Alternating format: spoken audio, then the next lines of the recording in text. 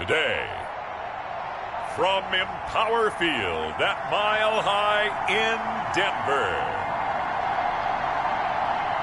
it's Week 4 of the NFL on EA Sports.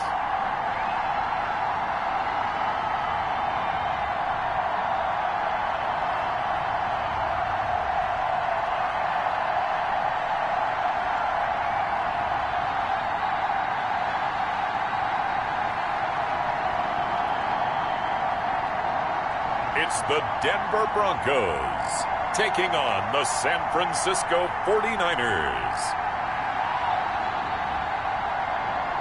EA Sports coverage of the NFL has us at the foot of the Rockies, just west of downtown Denver at Empower Field at Mile High. Nothing like the fanfare of introductions to an NFL game, and that was in evidence a moment ago. Fireworks, pyrotechnics, you name it. This crowd is ready as their guys get set to match up between the San Francisco 49ers and the Denver Broncos.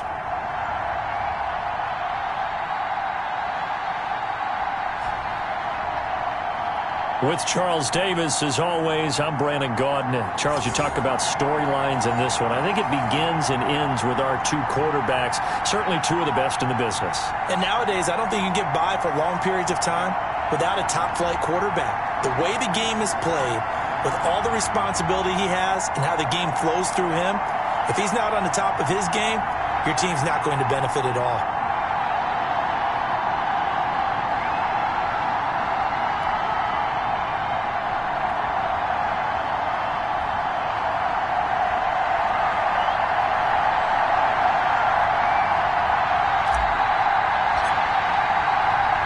Seems like we were just starting training camp, but here we are in October, and off we go on EA Sports. And a nice return sets them up pretty good here right at the 30-yard line. Out comes the San Francisco offense as they are led out by their quarterback, the man known as Jimmy G. That's Jimmy Garoppolo.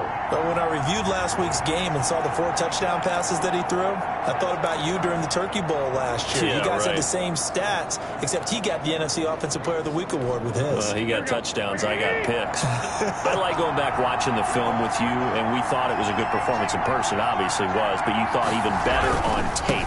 It was really something to watch. Yeah, what I loved was how he spread it around. A lot of people involved in the passing offense. 4 touchdown passes culminated it. Only a couple for him there on the game's first play, and it's second down.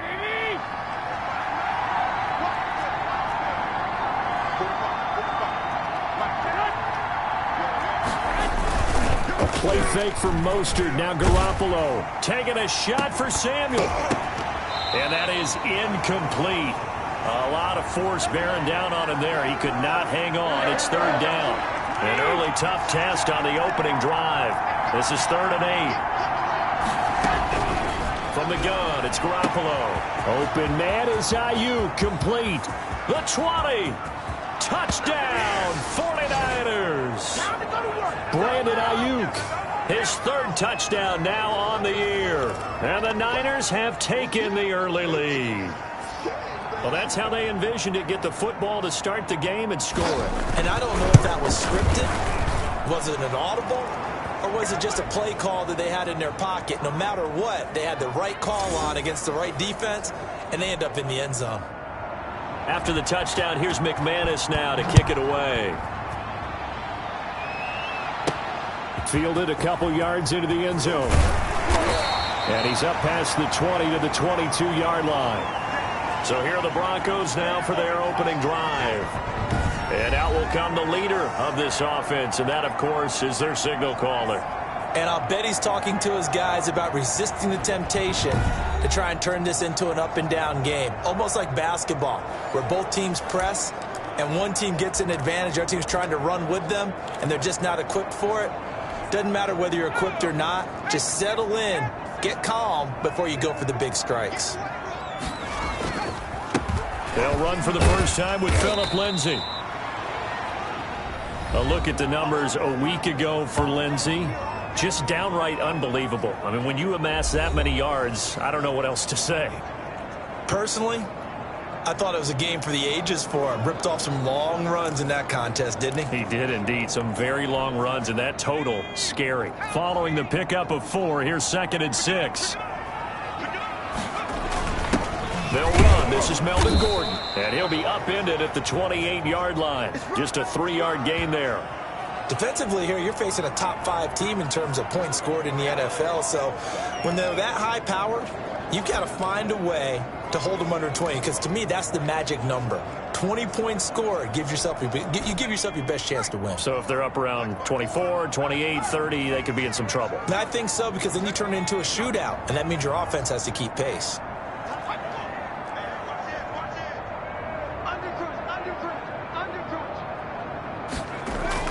They'll fake the handoff. Now Hill. He may try and run for this. And he's able to get the first before he's taken down at the 36. It goes as a gain of 8, and it moves the chains.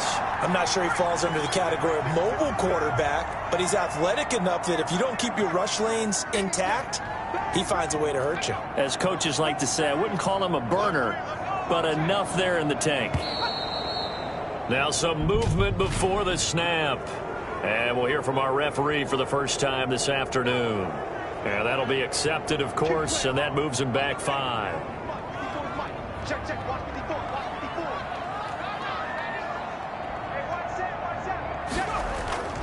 Off of play action, Hill. Going deep here for Watkins. And too much juice. It'll be out of bounds, incomplete. He was looking for Watkins that time, and now it's 2nd down. Here's Lindsey. And he'll get this up only to about the 33. Well done to sniff that out defensively. He had it diagnosed pretty quickly. I love that description because diagnosed is perfect on that one. Read his keys, made the play, and he couldn't even get going moving the football. 49ers have an extra defensive back on the field. A nickel set for 3rd down. Now it's Hill off the bootleg. And he gets this one to midfield before he's brought down. A big play there as they get the conversion on 3rd and 13. Plenty of things to talk about here, partner, but to me, their defense gave up a touchdown on the first drive. How about how they're responding, coming back? That's a big 3rd down pickup to keep their drive alive. On 1st and 10, it's Lindsey. There to stop him on the defensive side, Fred Warner. With that last effort, he topples the 5,000-yard mark for his career. And that doesn't place you among the absolute greats that have ever played the game. But it's a significant achievement and a very, very solid career. Now before this 2nd down play, we'll get whistles and a timeout. They'll have 2 remaining as we step aside here in this first quarter.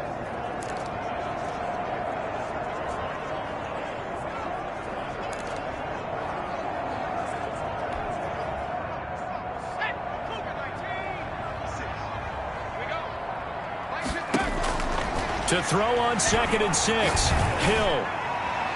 And nearly an interception here on their opening drive. But instead, 3rd down. A lot of times it's that first read that you have. Maybe you get it in pre-snap, and he locked in on his target, but he was covered quite well, and that one's incomplete. So it's 3rd and 6, and this will be the 8th play of the drive.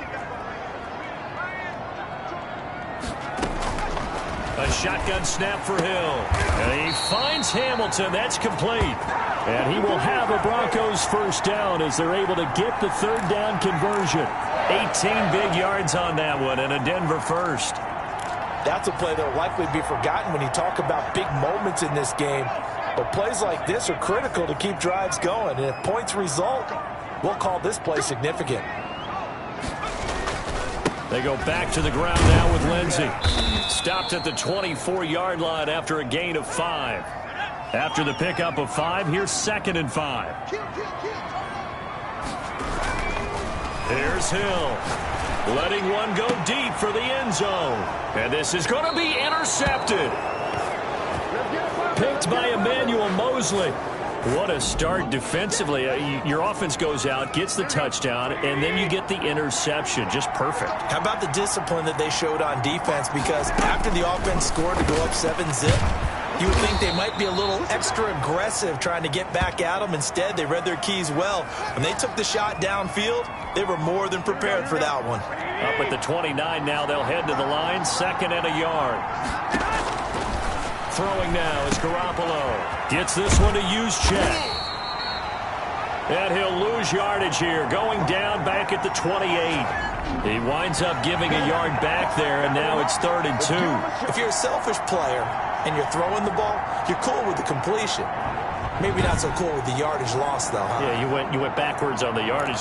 Hey, it kind of works like a sack for the defense there. Yeah, it's a really big play for them, right? Able to figure it out, sniff it out, and finish it off.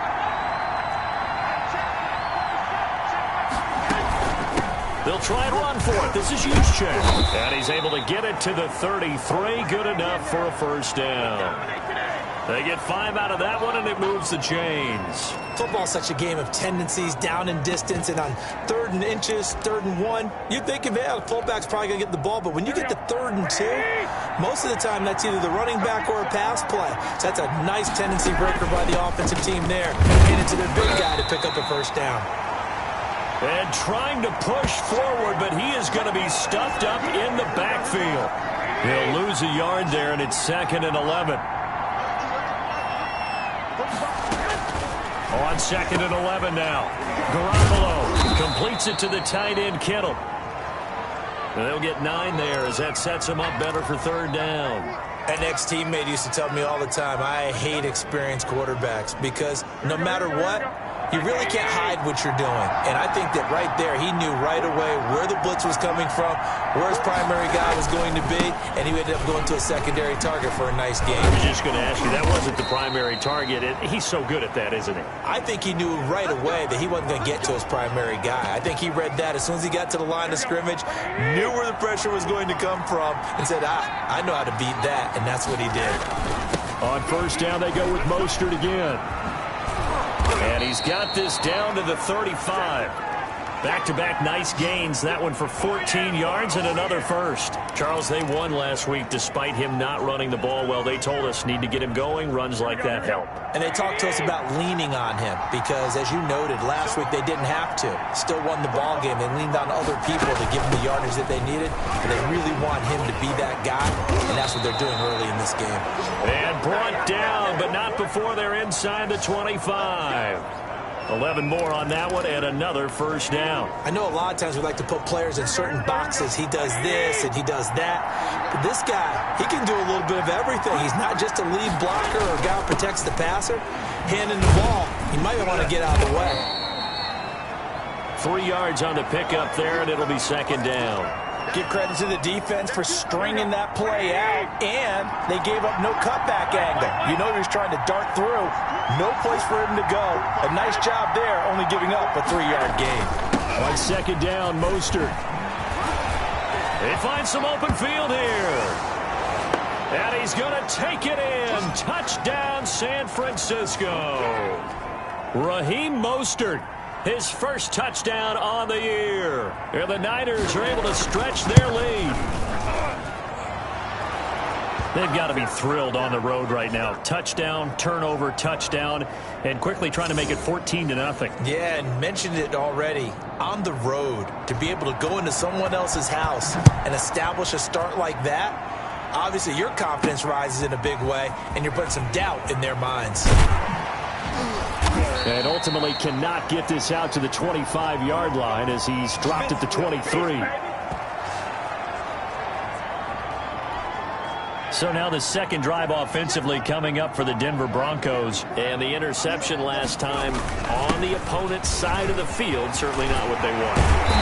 Put it mildly, that is so frustrating because that signifies there's a drive going on. You're in a good spot. Great place to run some of your best offense. Instead, they turn the ball over. Yeah, turned the ball over last time. See if they can avoid doing it here.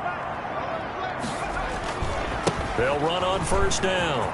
It's Lindsey. And he's going to get a solid gain of 9 before being brought down. 2nd and right at a yard. And now we're going to get a stoppage as it looks like, yeah, that's Lindsey still down on the field now. We'll step aside and get a report when we come back to Denver.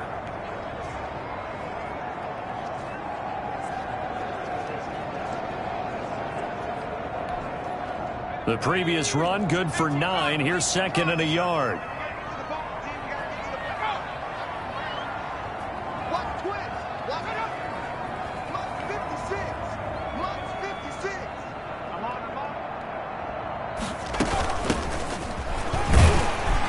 And he'll get it into enemy territory just across midfield at the 49.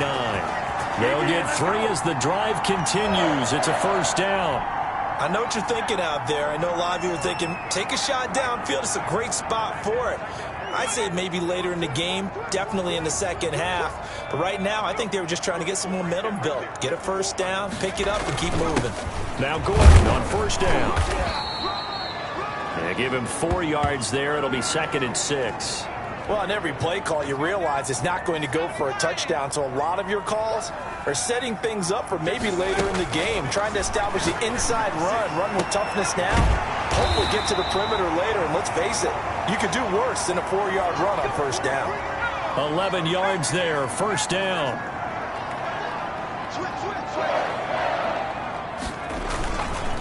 This is Gordon.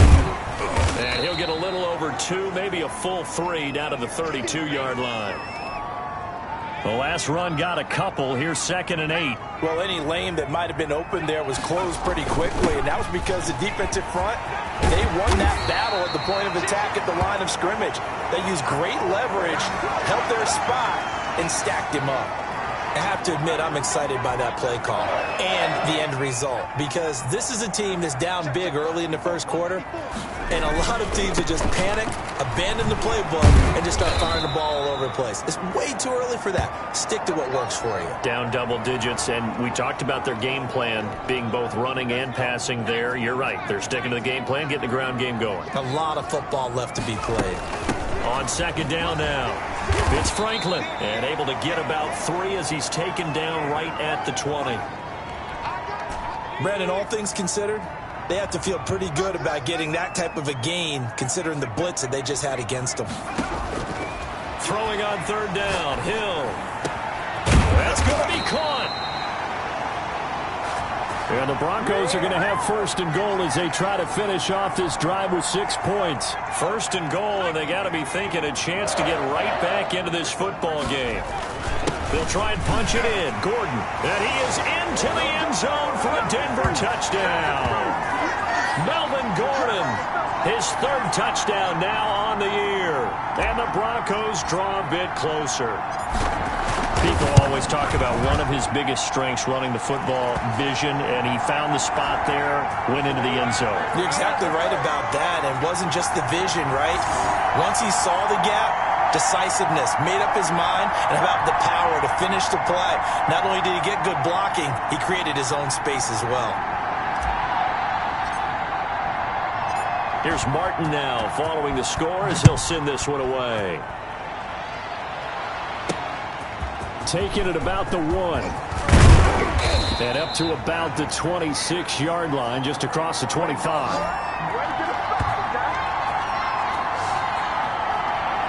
And San Francisco gets set to go here. And that last drive, it was all about the ground game, ground and pound.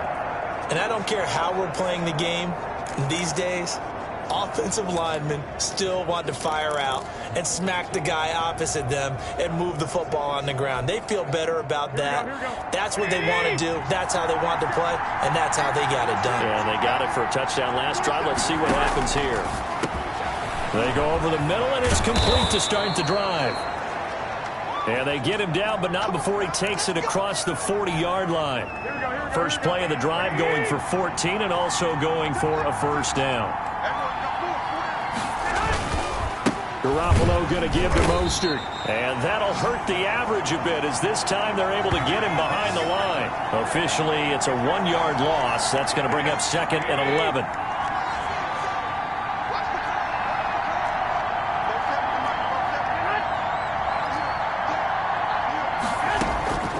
On second and 11 now. Garoppolo. Quick hitter here. It's complete. And he'll go out of bounds. It appears right at the 45. It's interesting because when I'm watching college football and I'm evaluating guys for the draft now, my list of fullbacks, pure fullbacks, it's a very short list. I'm probably evaluating more punters and kickers now than I am fullbacks, but it doesn't matter what you call them. Weaving through traffic, and now he's free. And he is brought down, but not before reaching the 30. Excellent play there on third down. Give him 25 yards. So a 1st and 10 now in Denver territory at the 30-yard line. On the quick handoff, it's Juszczyk. And he'll get this one down to about the 27. A gain of 3, 2nd down. Good solid gain on 1st down, about what you'd expect from the big guy carrying the ball.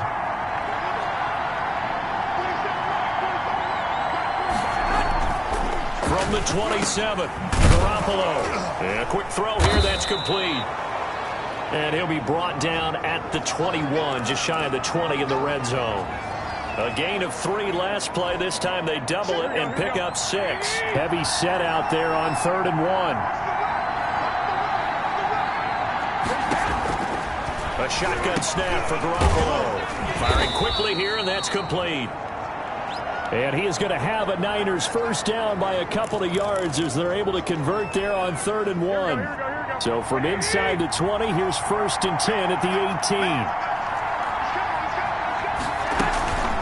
18. First man through, it's the fullback Juszczyk.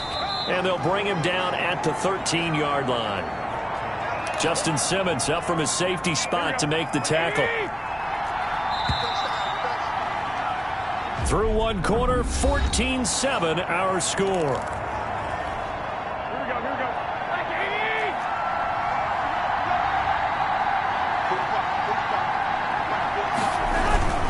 Mostert. And he'll get this one down to about the 10-yard line. 3 yards is half of what they needed. Now can they get the other 3 here on 3rd down?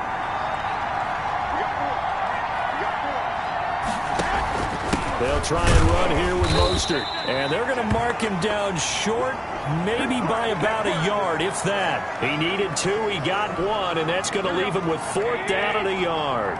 And no move to get the offense off the field. They'll stay put on 4th and 1. They'll try it now with Mostert. And boy, is he close. Did he get there? No, they're going to say he's short of the line to gain. Out there to start their next drive, Phillip Lindsay and the Broncos. First month of the season, those numbers pretty solid. Does he continue that? I think so, because when you come out of the gate this strong, that means that you have planned for it and you like the results that you're getting. So I wouldn't have any doubt that the head coach, offensive coordinator, actually called him in and said, look, you're our guy, okay? We're going to continue to stick with this as long as we're winning games. You ready for the challenge? And then they presented it to the rest of the team. I think we'll see plenty of that as this season moves on. And I'm sure he said challenge accepted. They follow up the gain of 2 with a gain of 1 that time. The Broncos on 3rd down. A perfect 4 for 4 thus far. This is 3rd and 7. Incomplete. He had his hands on it but couldn't pick it. But it's now 4th down.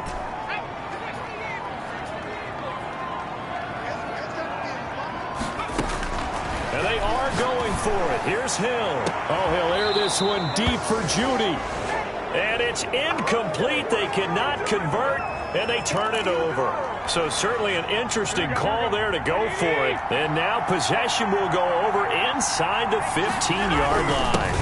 On 1st and 10, it's Mostert. And he'll get about 4 there as he takes it from the 10 down to the 6. Some of the most unselfish players on any football team, defensive tackles, because we ask them to just eat up blocks, allow other people to make tackles.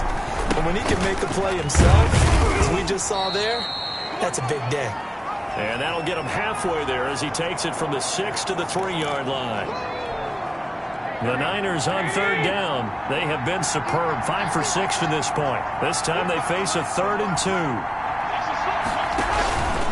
From the gun, a run with Mostert. And across the goal line, into the end zone, touchdown 49ers. Raheem Mostert with his 2nd touchdown here in this first half. And the 49ers add 6 to their lead. touchdowns on their first 3 possessions, and they're a PAT from going up 21-7. Yeah, very impressive the way that they've moved the football. Full command of their playbook, full command of the way they've wanted to attack. After the touchdown, here's McManus now to kick it away. Taking it about the 1. And it's a pretty good return here as he'll get this up to the 29.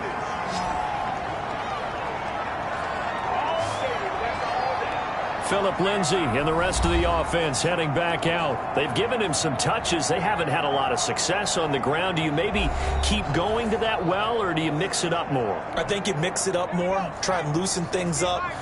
Get the defense to react to other people, other plays, but don't forget about it. That's your horse. You know, Secretariat lost twice in his career. So educational. That's very true, kids. Look it up. And nearly picked off there. Almost intercepted. Instead, second down.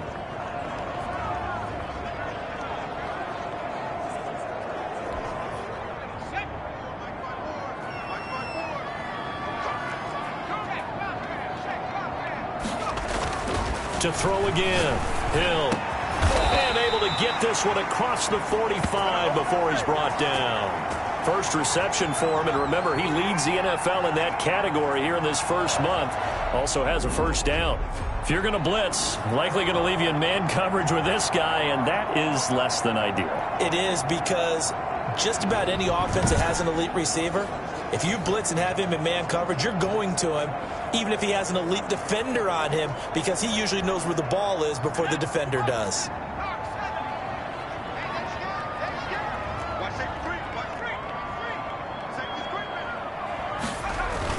Now a 10th carry for Melvin Gordon. And very little running room there. He did get a couple up to the 49. Certainly a nice job there by the defense rallying to the football and getting him on the ground, but I think the play gets made by the defensive front, because if they can't get upfield, their job is to go ahead and get low, almost get into a ball sometimes, stack things up, and make it difficult for the runner to find a hole. I'm okay with the call there. In fact, I actually like it. I know they're down a couple of scores, but the running game worked in that situation. I would continue to go in that direction. So from inside Niner territory now, this is 1st and 10 at the 34. Play fake. Hill. And that is incomplete. He couldn't hold on through the contact. Brings up second down. From the 34, they'll come to the line on 2nd and 10.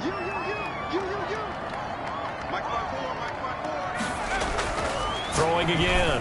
Hill. And he rifles one incomplete.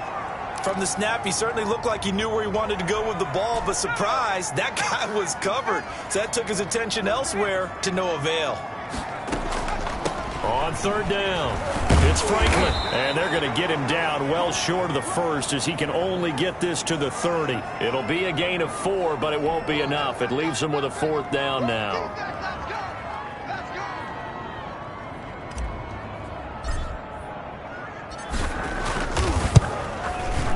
And this one looks good. It is good. Right down the pipe. And that will get the disadvantage now back down to 11.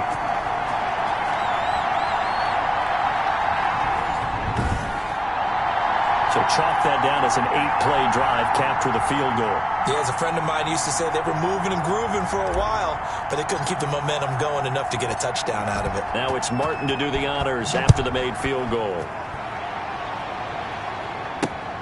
Fielded near the back of the end zone. And he'll decide to not bring this one out as their drive will begin at the 25. Raheem Mostert and the Niner offense getting the football back. And he's found the end zone twice, and now I'm guessing he's thinking, hey, let's find it 3 times. And you got to figure from the defensive perspective, how has he gotten there twice? What are we going to do to keep him out for a 3rd time? How do we tighten things down? Because he and his offensive mates, they are really in sync right now.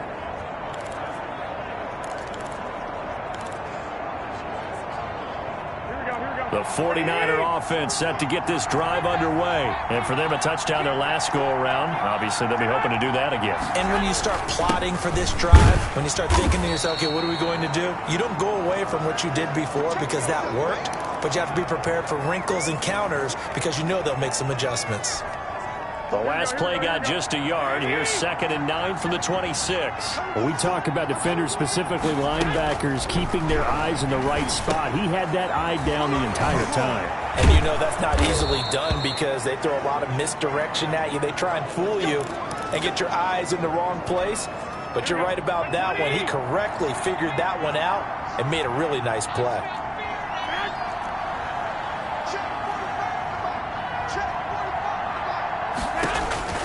Here's Garoppolo on 1st and 10. Oh, man, for him to be that wide open and drop it. Sometimes you have just too much time on your hands, right? You end up thinking way too much, and your hands get shaky. And yes, he's a tight end, but that's a catch. He's got the lane, and there he goes. Touchdown, 49ers. Jimmy Garoppolo with his 2nd touchdown pass of this first half. And the 49ers add on to their lead. And correct me if I'm wrong, that was just a simple fly route, wasn't it? No, there's nothing to correct at all. You've got it down pat. And I just remember as a player, when I'd be in practice sessions, and I'd hear 9 from the receivers. That meant fly route, go. Uh-oh, look out. That was the 9, and he just kept going all the way into the end zone for the touchdown. This will be fielded inside the 5. And able to take it past the 25 and up to the 28-yard line. Out there to start their next drive, Phillip Lindsay and the Broncos. He's just been looking for some space. I'm not going to pin it on him or the offensive line, but they need to get this run game going better. Sometimes you just have to credit the defense. They came in with a plan themselves. So I think now you try and mix things up a little bit. Get the ball in the hands of some other people, find some other playmakers, but always let the defense believe that he's still a threat. I was going to say, don't forget about it. No, don't take him totally out of the game. A pickup of about 3 yards as he's taken down at the 31. And the tackle there by Quan Alexander. Well, that's just a pile of bodies there, and that's when you kind of find out who's a tough guy, right? Who can stand up and make a play. It was only a 3-yard run, but for both sides, they had to walk away from that feeling like, okay, I can stand up when the going gets tough in here. The scoreboard tells the story for him, a little bit bleak, and while it's not quite desperation time yet, it's definitely getting close, but the defense reads the scoreboard as well. They're going to back up and make them really earn it. To throw on 3rd down, Hill. And able to find Deshaun Hamilton complete. And he will have a Broncos 1st down as they're able to get the 3rd down conversion. That gain on 3rd down, good for 28. So from inside Niner territory now, this is 1st and 10 at the 41. Oh, he's got a little daylight. And he's taken down inside the 30. Add the gain here to the previous play, and it's better than 40 yards total. We often give credit to the O-line there. 2 tight end formation. Those tight ends block pretty well also. Yeah, and that's one of the most dynamic positions in football now. The tight ends who can block at the line of scrimmage at the point of attack, and they can also get downfield and catch the football. Give him 5 on the carry there, and it'll be 2nd down. Brandon, 5 yards on that run. Let's get back to the huddle and make sure if you're a back, you spend time with your offensive line and give them credit. Hard to move those 300-plus pounders at the line of scrimmage, and they did for a significant chunk of yardage.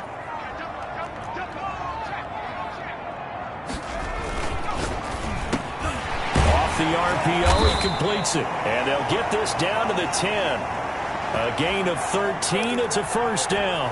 Was that a design pass, or what was that? It was built into the play call. He had the opportunity to either hand it inside, keep it himself to run it, or do what he just did. Throw that pass inside, hitting a receiver on the run. And he'll find his way down inside the 10 to the 9-yard line. The last run good for 2. Here's 2nd and 8. This defense against the run, by the way, they're not top 5, but they are top 10. So what's your philosophy here? Do you try and run the ball against a team that's pretty good against the run? What if you're a pretty good running team? If so, you might want to go ahead and run it anyway because that's your strength. Some good, strong running right there. Some power and some explosiveness just about got him into the end zone. The Broncos on 3rd down. They've been very good, 5 for 7 thus far. This time it's 3rd and 3. And this is caught for a Bronco touchdown. K.J. Hamler. His 4th touchdown on the year. And the Broncos get a bit closer. A nice throw there by the second-year quarterback. And I don't believe that was the kind of play he would have made as a rookie, because usually your rookie season is a continuation of your college days. A lot of one read, and if you don't have it, you just take off and go. Now he's settled in the pocket a little bit more, reading the field and getting to his second and sometimes third progression. That was a nice play. Out of the gun, Hill. And they're going to get the 2-point conversion, caught in the end zone, and that cuts the lead a bit further. And the formula there on the 2-point try, they go 5 wide, not even the option to hand the ball off. They got it. They tried to create space, and there isn't a whole lot of it there. For the defense, what you're trying to do is make sure that someone, if they're going to catch the ball, make them catch it behind you because they run out of space with the back line. But in this case, the offense figured it out.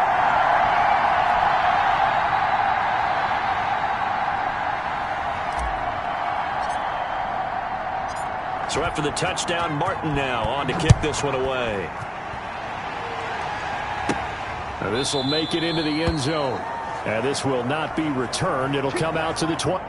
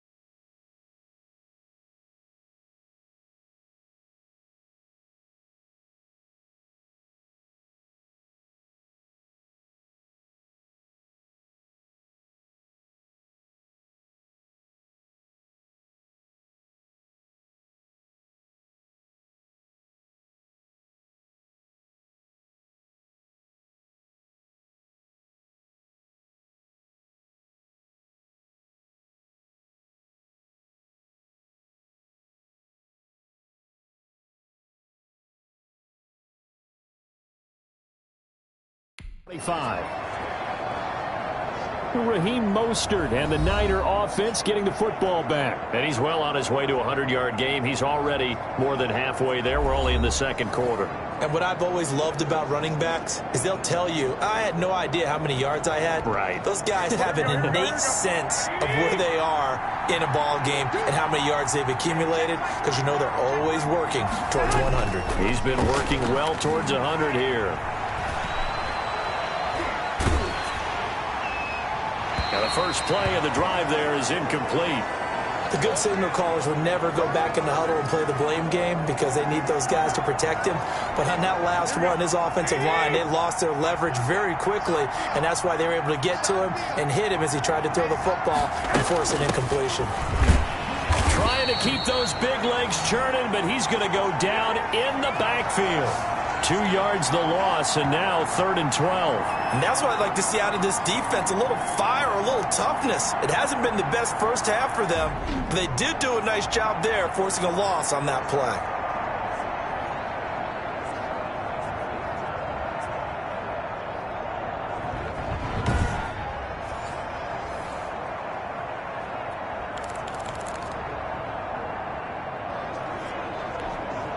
The Niners on 3rd down. They've been excellent, 6 for 7. This is 3rd down and 12. Working from the gun, Garoppolo. And this is going to be incomplete. That might be the 3rd down stop that they needed because they've had a lot of trouble slowing down this offense in the first half. This might be their opportunity to get off the field. And the win last week punted 4 times as this one's away. Taken from just outside the 30. So a good punt, but a solid 12-yard return. And the Broncos take over, first down and 10. Phillip Lindsay and the rest of the offense heading back out. Now, I'm not going to say you completely abandon the passing game, but it would really behoove them to get this running game going more.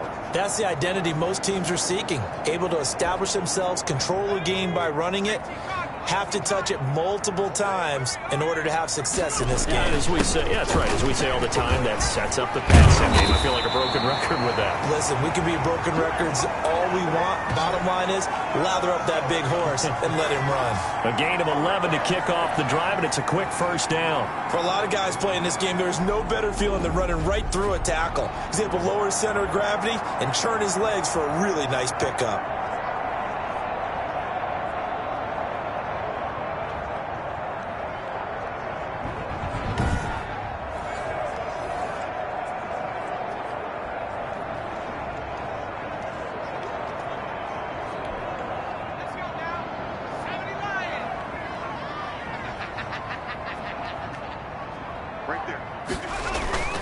Play action. It's Hill. And this will be incomplete.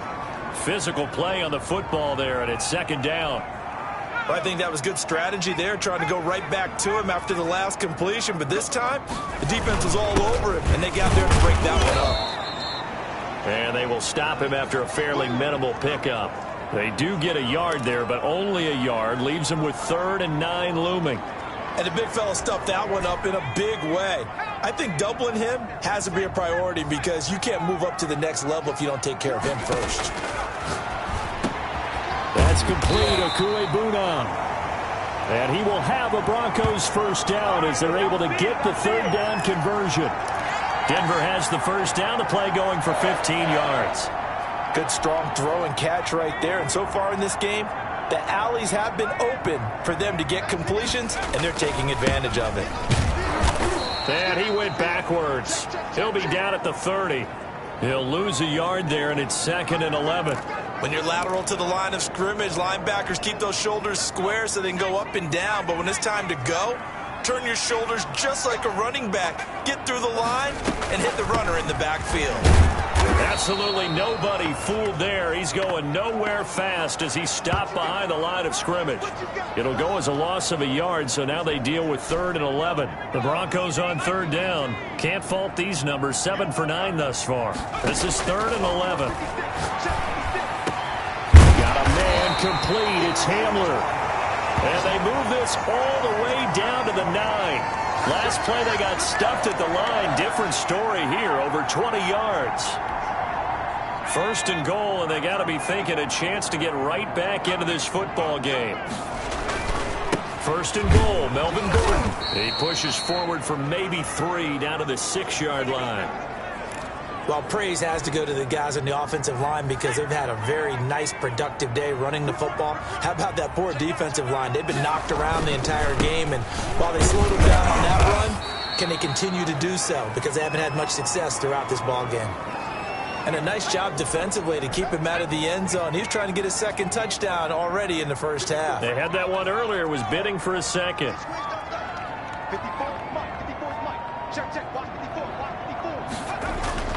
Now Hill on 3rd and goal. Yeah, this is caught by Sutton. Touchdown Broncos. Cortland Sutton, his 6th touchdown of the season. And the Broncos have cut it to within a score. These two teams in this first half, it's been fun. Back and forth, back and forth. Well, it's not fun for the defensive coordinators, but offensive coordinators are enjoying it. Yeah, they're having streaks here, aren't they? Being able to put scores together and really bunch them up, and we have a tight game here. You know, we often talk about having the right shoes for the right turf. Today it's track shoes. That's what we've seen with these offenses. Yeah, it's been an absolute track meet so far, and fun to watch. Extra point by Koo, up and good. And the lead is down to a field goal.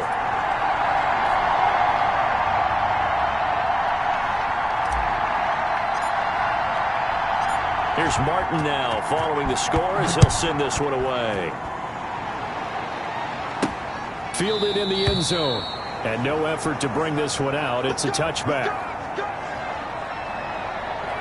San Francisco set to go on offense once more. Yeah, we have seen a lot on the scoreboard here in this quarter. So sometimes you talk to me about tendency breakers on offense. These defenses struggling. Are there tendency breakers on defense? All defensive coordinators keep something in their hip pocket for these types of situations. What can we do to slow down the onslaught?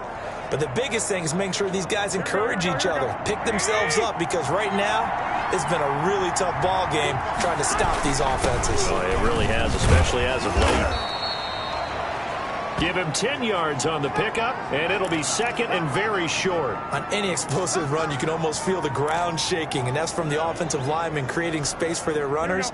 I had an old coach tell me before, they always told his runners, run around the offensive line in pregame. Get used to the ground shaking so you don't trip and fall when it happens in a game. Here's a throw dropped off to his fullback. And he went backwards. He'll be down at the 30. It's a loss of 4. Now third down. Well, I know it goes against the instincts of the person catching the ball because all you're ever taught is catch the football, don't drop it. But drop it there. Yeah, in that situation, dropping it would have been better. End up losing yardage, even though they completed the pass. As good as a sack. Yeah, how about that? Although they won't get the same credit for it, and it won't help them at contract time. And he gets this to the other side of midfield across the 45 before going out. Well, that's one way to convert on third down, picking up 26 yards. So in the second quarter, he's already up over 100 yards receiving now. And isn't 100 the magic number for a really good game for a receiver? So he got a chance to really shatter that and have a profound effect on this game.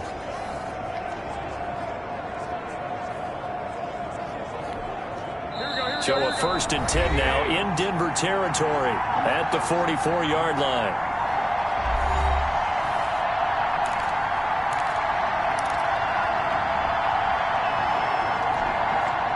Coming up at halftime, I'll go from one personality, that's you, Charles Davis, to another one in Orlando, the coach. He'll have stats and scores from around the NFL. You and Jonathan Coachman, both larger than life. No doubt about it. But you're stuck with me in this booth, yes, and he's miles away and smiling. And happy. Another nice gain, 13 yards that time, and another first down.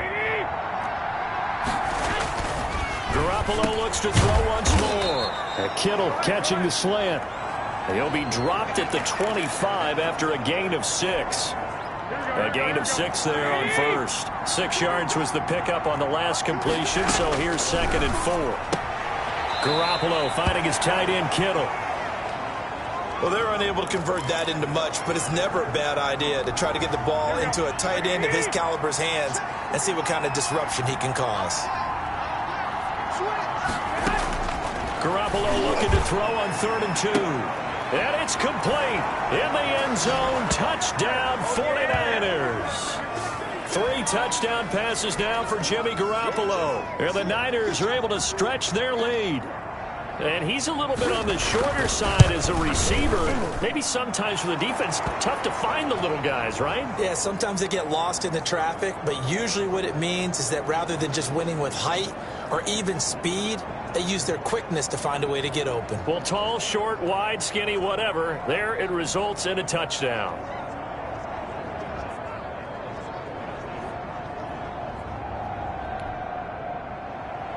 After the touchdown, here's McManus now to kick it away. Taken in at the 3. And he'll take it a yard or so past the 20, call it the 21. Out there to start their next drive, Phillip Lindsay and the Broncos. And a lot of times you talk about establishing the ground game. Probably something they need to do more of here, losing in the second quarter. When you're riding your best horse, you've got to lather him up. The best running backs I've ever talked to, they've all said the exact same thing to me. I'll even break a good sweat until I get to 20 carries. You're full of good wisdom. Let's see if they can get him into the game more now. On 2nd and 10, Hill. Oh, he'll air this one deep for Judy. And that will be incomplete. Tried to dial up the long one way out there, but it'll be 3rd down.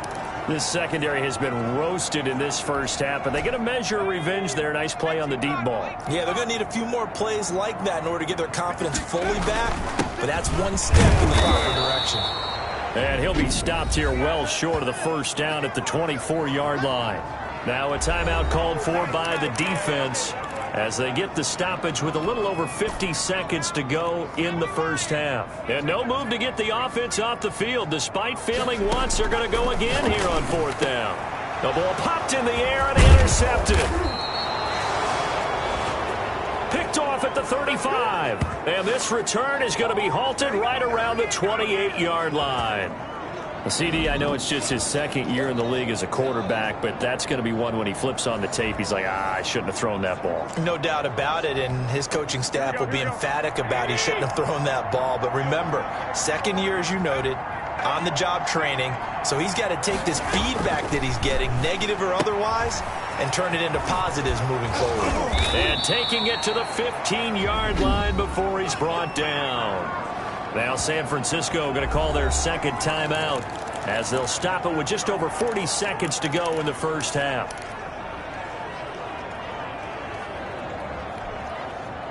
Line of scrimmage, the 15. It's 1st and 10. From the gun, it's Garoppolo. This one into the hands of Kittle, the tight end. And they'll get him down after a pickup of 8, 2nd and 2. A good pickup there, 8 yards on the first down completion. Throwing again on second down. Garoppolo, and he hauls it in the end zone. Touchdown, San Francisco. Touchdown pass number 4 of the afternoon for Jimmy Garoppolo. And the 49ers add 6 to their lead. They have really had their way so far in the first half, but they wanted to continue to build on their lead. They know that no lead is safe in this league, so they decided to try their best to get one more as they headed into the half, and they got it done. So not much time to speak of remaining in this first half as the kick's away. This will be fielded inside the 5. And the tackle going to be made right there at the 25-yard line. The Broncos onto the field, ready to start their next drive. And with time quickly fading here in the second quarter, not sure how aggressively, offensively they want to play this. I think we'll find out just how much they trust their guys in this situation if they decide to take a shot. Well, they had the run for no gain. Now they'll try again from the 25 on 2nd and 10. So we've reached halftime in a wild first half. We'll take a minute to catch our breath, as now we send you out to Orlando and hook back up with Jonathan Coachman for our EA Sports Halftime Report. All right, Brandon, we'll get back to you guys in a bit. But first, let's take a look around the NFL here on this first Sunday of October. We'll start up at TIAA Stadium in Jacksonville, where it was definitely a game with some intrigue, as you can see by the score line. 31-7, the final score. From there, we head to the Big Easy to check on the Saints at home in the Superdome. And for the moment, they find themselves trailing the visiting Cincinnati Bengals. Curtis Samuel, a touchdown reception. Lastly, let's get you way up to Seattle. See what's happening with the Seahawks. And they've got the lead in that one over the visiting Atlanta Falcons. DK Metcalf, a touchdown reception. In the game you're watching, it was Jimmy Garoppolo who was brilliant in that first half. He's over 300 yards passing already. How high can he go? To find out, let's kick it back over to Brandon Godden and Charles Davis. All right, Coach, thank you, and we welcome everyone back for quarter number 3.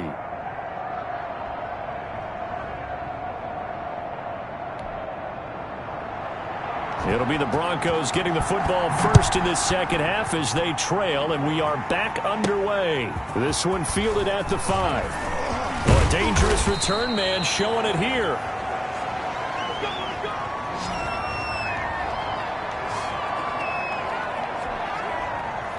Denver offense at the line, ready to go.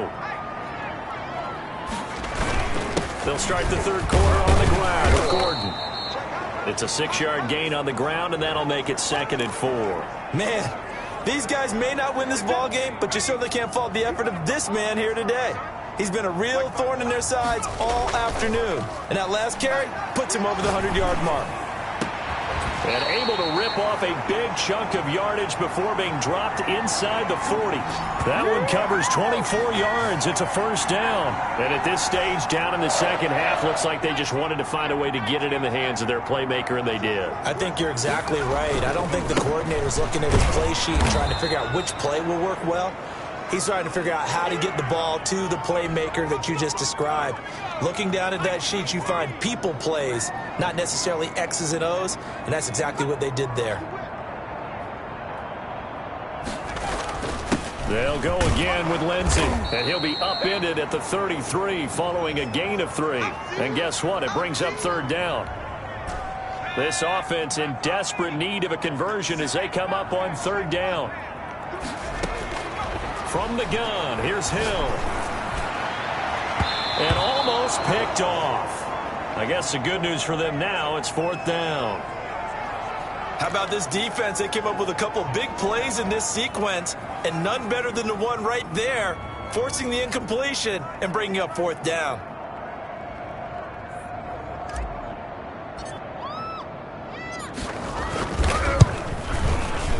And this one is right down the middle. And that will close the gap down to 14.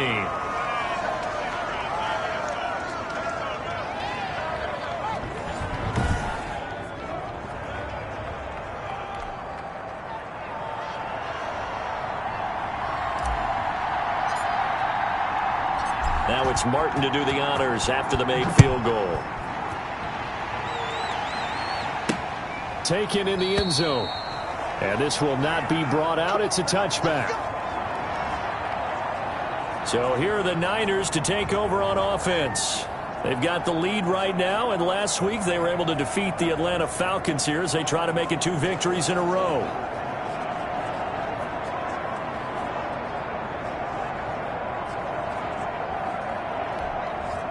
Garoppolo going to bring the Niners up here 1st and 10 at their own 25-yard line.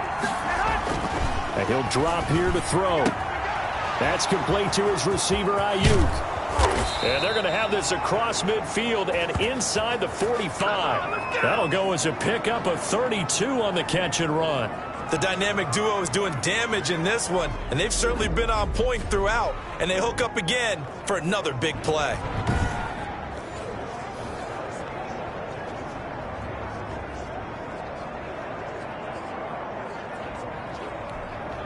So the big play gets him across midfield now for 1st and 10. This is motion.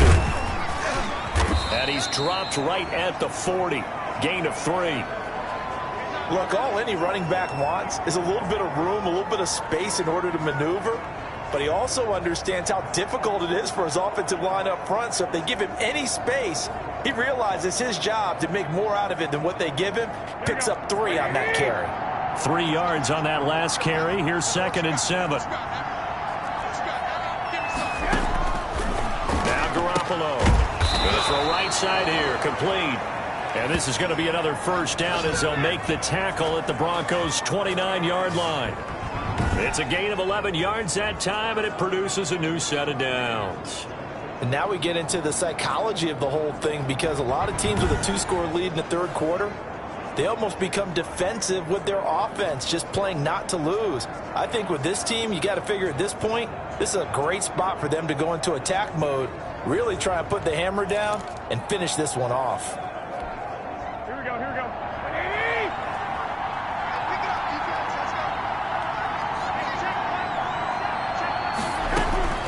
Throwing on first is Garoppolo. Complete to the tight end, Kittle, over the middle of the field. And down inside the 15, shy of the 10. Another big hitter there. This one good for 18. Nice job there of utilizing his big target. He didn't overthink it. Understands the catch radius. Understands that he knows how to use his body to keep defenders away from the ball. And puts it right out there for the nice pickup.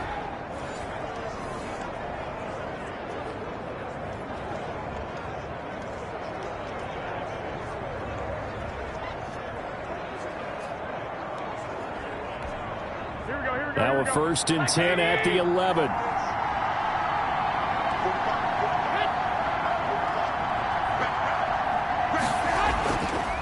Here's Mostert. And across the chalk into the end zone. It's a 49er touchdown. Raheem Mostert, his third touchdown of the season, all coming in this game. And the 49ers add on to their lead. He keeps carrying the ball into the end zone, and in this one, he's sort of carrying the team on his back. He's the reason that they lead right now, no question about it. And you talk about on his back, he's not minding the extra weight at all, is he? Carrying that just as lightly as he does the football. Yeah, what a great performance so far. Those 3 touchdowns, it's got him in the lead. And it's up and good. That time, 75-yard drive, 5 plays. And it was capped off by a touchdown run from Raheem Mostert.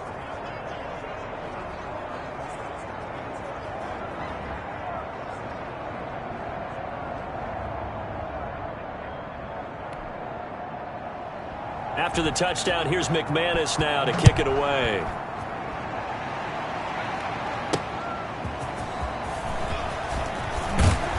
And he'll be tackled just shy of the 25.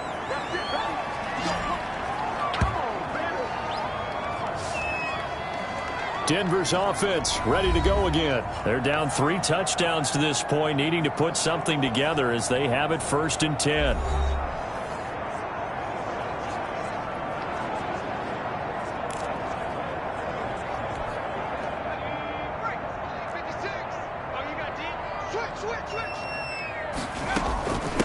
From the shotgun now, here's an inside give. And this will be a gain of 5 as he gets it to the 30.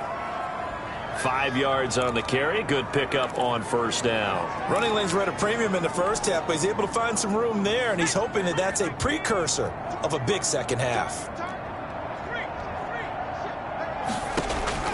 From the 30 on 2nd down, Hill, and he whips that one incomplete there. I know that interception was dropped, and it would have been their 3rd of the game, and I will guarantee you, in the huddle, on the bench, all the defensive guys have been talking about is, we've got this guy right where we want him. Who's going to get the next one? It almost becomes a challenge, and they've missed a golden opportunity. From the gun on 3rd, Hill. He'll let this go deep. He's got a man, complete. And he will have the Broncos 1st down as they're able to get the 3rd down conversion. That's a 1st down and then some, a 32-yard pickup. Obviously, they're not where they want to be right now on the scoreboard. Big plays like that, though, that'll trend them in the right direction. Yeah, a few more like that, they'll be right back in the game. And if they can continue to do that, maybe they'll inspire their defense as well. They'll get a few stops.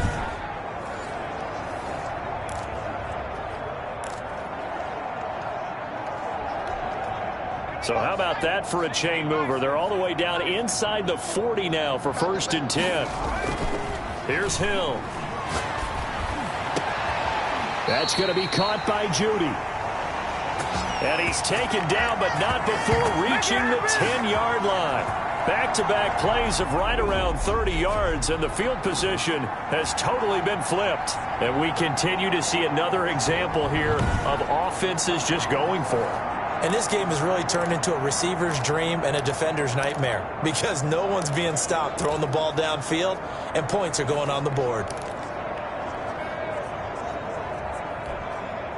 So not quite a 1st and goal. It's 1st and 10 from the 10. From the shotgun now, here's an inside give. And a nice pickup there as he'll take it from the 10 down to the 5-yard line. The 1st down run got 5. Here's 2nd and 5. They'll keep it on the ground. This time it's Gordon. And he'll take it into the end zone for a Denver score. Melvin Gordon with his 2nd touchdown of the game, 4th of the year. And the Broncos cut into that lead. Now he's doing his part, but still facing a sizable deficit. And he would like to do more, but he needs help from the other 2/3, right? He needs his defense to bow up a little bit, and he also needs special teams to maybe create some big plays and help them get back in it.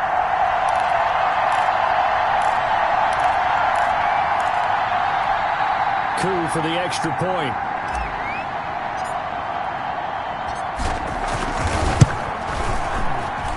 And the lead will be cut down to 14. So that drives 6 plays, 75 yards. And it's capped off by a touchdown run coming from Melvin Gordon.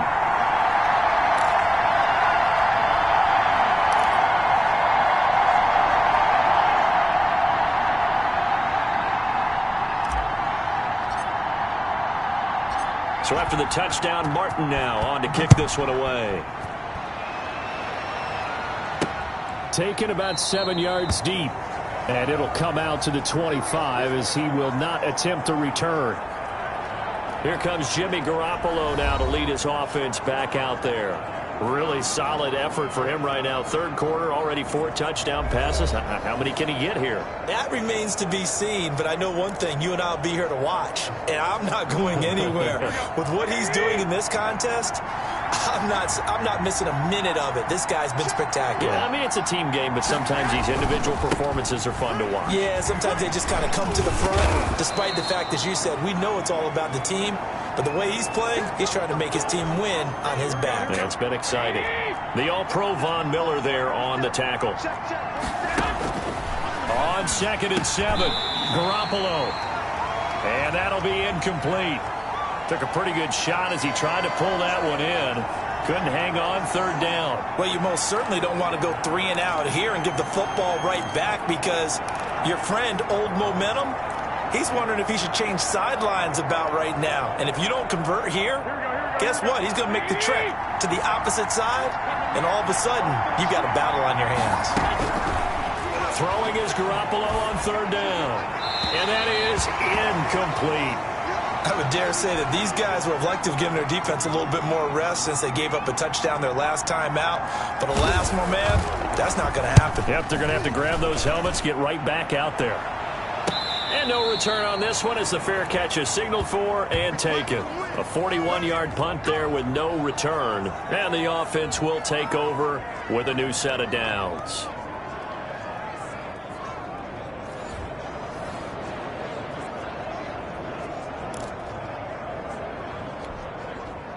The Broncos onto the field, ready to start their next drive. Good drive last time. Really effective passing the football. Do you maybe mix it up, now go to the ground game and surprise? And now look at him go. Past the 20. And all the way home for a Broncos score. Phillip Lindsay with touchdown number 8 on the year. And the Broncos draw a bit closer. And that run massively increased his production in this game, and now he's over 100 yards. And break out your calculator, partner, because his yards per carry went up significantly, right? Big-time jaunt all the way to the end zone. Now Younghoe Koo for the extra point. And that'll cut the lead down now to a touchdown. So they hit pay dirt on just one play. The long run, the scamper, and a very nice scamper into the end zone for the touchdown.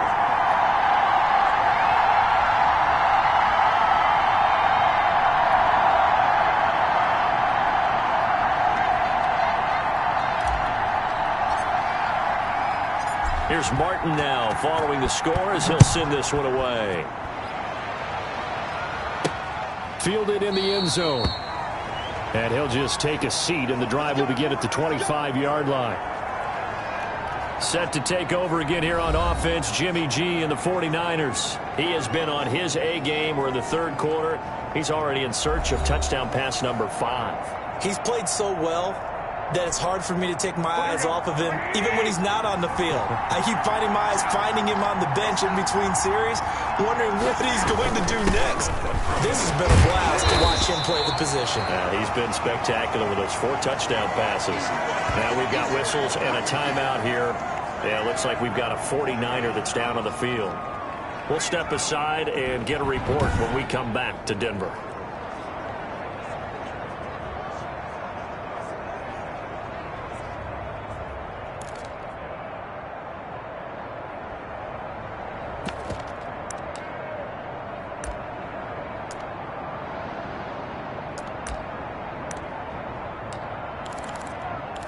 So after the run for no gain, here's 2nd and 10.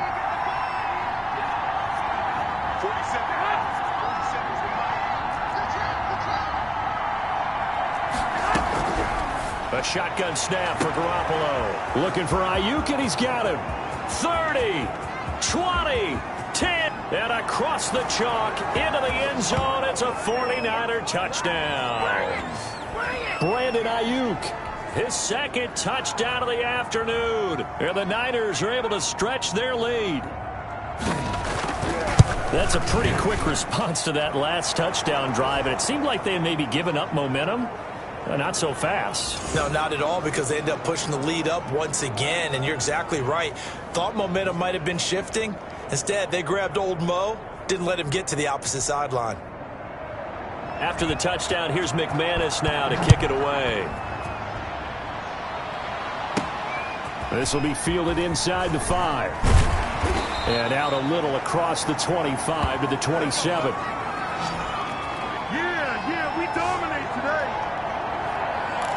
Phillip Lindsay and the rest of the offense heading back out. He's been a good workhorse. I know we use the word workhorse a lot, but he's been a good workhorse for him in this one. No doubt about it, and there's nothing wrong with that. That's what you're looking for up here at back, because that means everything's coming together for you.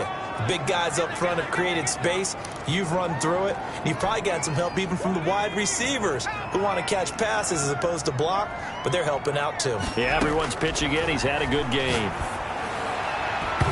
And that one was nearly picked. Not sure he was accounting for the free safety. Now it brings up third down. He's got to be kicking himself right there. His team's already picked off 2 passes. That would have been the 3rd in the game. And, boy, they've really played well attacking the football. On third down, here's Lindsay. And a good job on the tackle there as they get him down shy of the first on the 35-yard stripe. Call it a gain of 4, and it'll bring up 4th down. Another down on the scoreboard, but the urge to go for it is almost irresistible here on 4th and short. Yeah, I know they're on their own side of the field. I was going to say. Normally I would say punt the ball away, but I'm feeling it. I say go for it. And they are going for it. Here's Hill. Got a man. It's Judy complete. And he'll be stopped right at midfield. A curious decision to go for it, but it pays off with a first down. Well, that certainly has to feel good. It's not all the time that the play caller should get all the credit. Sometimes I think in the huddle, the quarterback just says, hey, who's going to make a play for me? I just need something right here. And the end result there, nice first down. Drive keeps moving.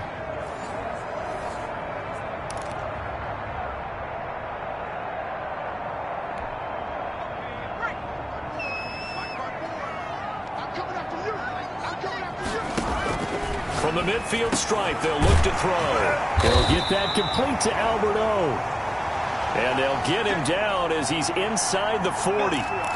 11 more yards that go around, a first down as well.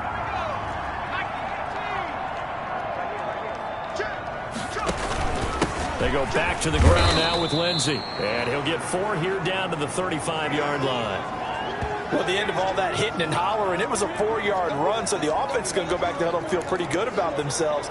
Defensively, you have to feel okay because you didn't let it turn into a bigger run, but the goal, shut it down for 2 yards or less. That's when you start to feel good about yourselves.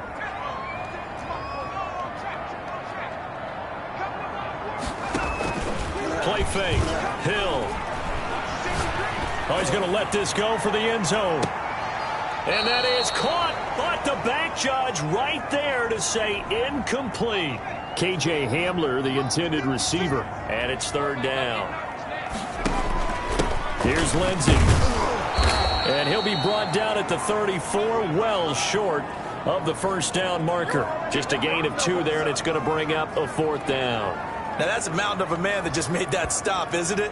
But he's more than that. This guy's nimble and quick. More than a space eater, he just made a great play there.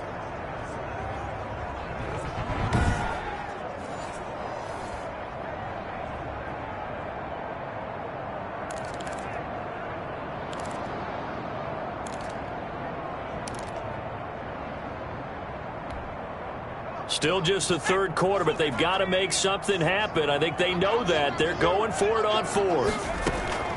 Out of the gun. Hill. He'll rifle this one deep right side. And my goodness, this is incomplete. Boy, it looked like he had it and dropped it. And the 49ers are going to get the football back. Well, that's another mistake there on the drop pass on 4th. And we've seen him do things like this all game. It's not hard to figure out why they're down by that deficit. They haven't made plays that are going to keep them in the game or win the game all game long. That's another example right there. It all boils down at the end of it to execution. Either you make the play or you don't. Well, they were unable to make anything really big out of that, but it's not a bad idea to find your tight end and give him an easy completion and keep moving things forward. Almost as bread and butter as a good running back dive play. On second down, Mostert. And he's dropped right at the 40. Gain of 3. Let's give a lot of credit to the offensive line. They've been able to move the ball really well on the ground the entire game, and while that wasn't a huge one, that's okay. They'll take them in short, steady bursts. Garoppolo gets this one to Juszczyk. And he's got the first down yardage as he brings this up to the 47. Now we've got whistles and a timeout here. Yeah, it looks like we've got a 49er that's down on the field. We'll step aside and get a report when we come back to Denver.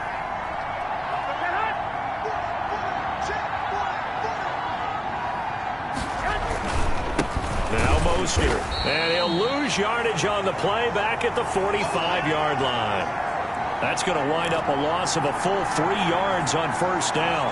That was well played there defensively. 2 tight ends in the formation, which essentially gave them 7 blockers up front.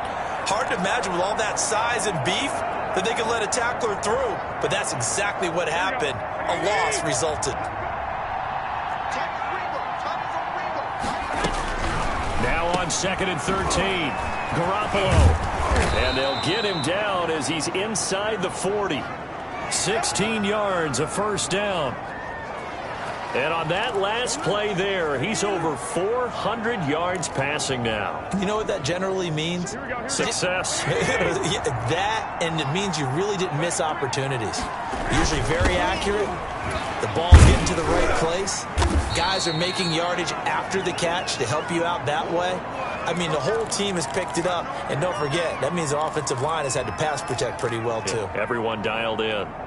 So where'd all that running room that he had in the first half go? Because it looks like it's drying up a little bit here. Someone made some adjustments, it appears, at least on this drive.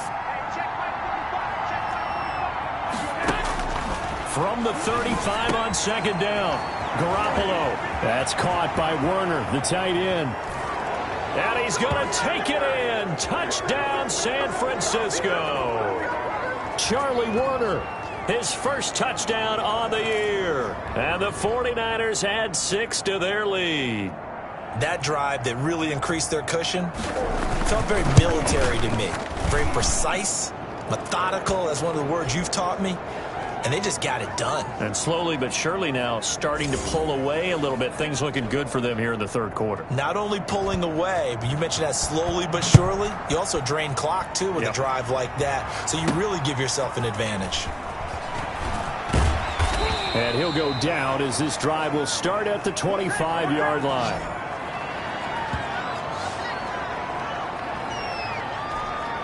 Out there to start their next drive, Phillip Lindsay and the Broncos. He's up over 100 yards, and he'll be looking to get in the end zone again. Has a tremendous nose for it, doesn't he?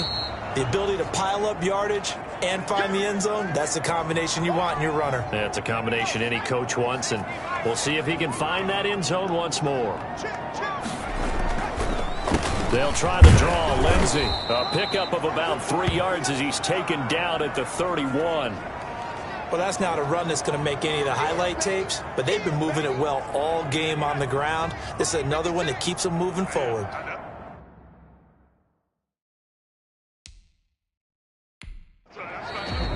Now whistles come in. We're going to get a timeout here by the offense. It's just their first, so 2 remaining as they burn one here in this third quarter.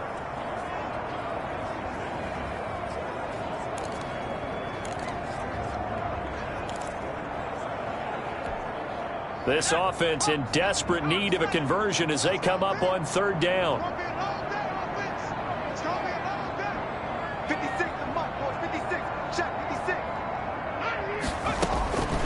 A shotgun snap for Hill. Yeah, that one going to be knocked away and incomplete. Pretty solid coverage there by the All-Pro Richard Sherman, able to get a hand in. Receiver coaches preach to their guys all the time. Separation, that's what's going to make the play successful. That time there was very little, and I think they were actually fortunate that it was only knocked away and not intercepted. Oh, he'll air this one deep for Judy. And that's going to wind up incomplete. However, we do have a flag down. Let's check in with our referee. Hey, man, let's play our game. So they decline the penalty. That seems a little odd. I'm trying to work through it and work with them to figure out why. Well, someone's got to be confused. That's what I think. I'm pretty sure that the bench is saying take the penalty, and somehow in the heat of the moment, they thought they were saying decline the penalty, and that's going to work against them. They should have taken it. 2 yards the loss, 2nd and 12. After a play like that, there should be congratulations all the way around, I think, because if you can stop a big fullback like that, that's not easily done. Yeah, he does not go down easily. You're right, but he did there. So the opening play of the drive goes backwards. Now they'll come up on 2nd and 12. A play fake from Mostert. Now Garoppolo. There goes a deep ball. End zone. And it's complete. In the end zone. Touchdown 49ers. Deebo Samuel. 33 yards. And the 49ers add on to their lead. And this is obviously quite a performance. And most of the time when we talk about someone putting a team on their back, I think we're talking about a guy who runs the football. In this case, it's a guy out wide catching it, and he's done exactly that, truly leading his team right now towards victory. 3 touchdown catches. He's been the headliner.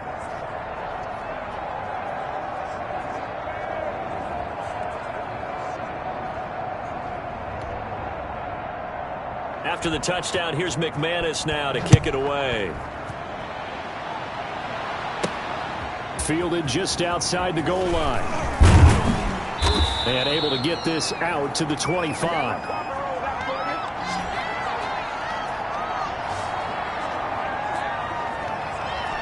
Phillip Lindsay and the rest of the offense heading back out. He's had a good performance, moved the ball effectively on the ground. Of course, he has the 1 touchdown. And when you're able to move it as effectively as you've described, that leads to finding a way into the end zone, and now he's just trying to do it for a second time.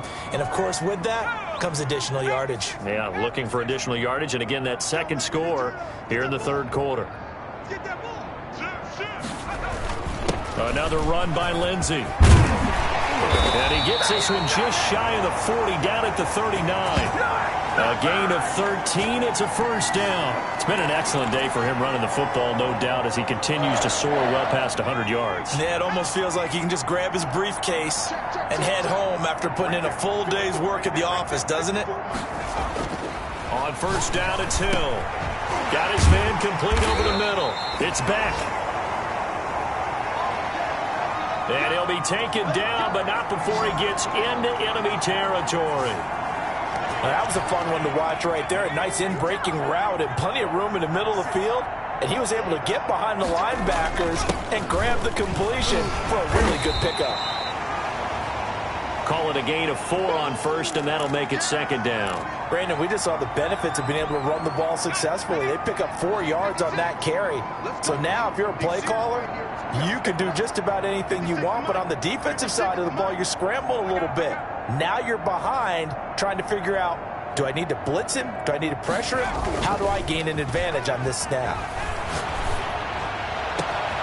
This is caught inside the 15.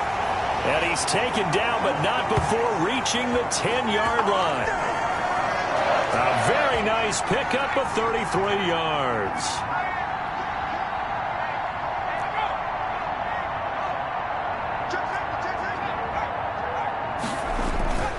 They'll run with Lindsay. And the Broncos are going to have a 1st and goal forthcoming as he takes this down to about the 5-yard line.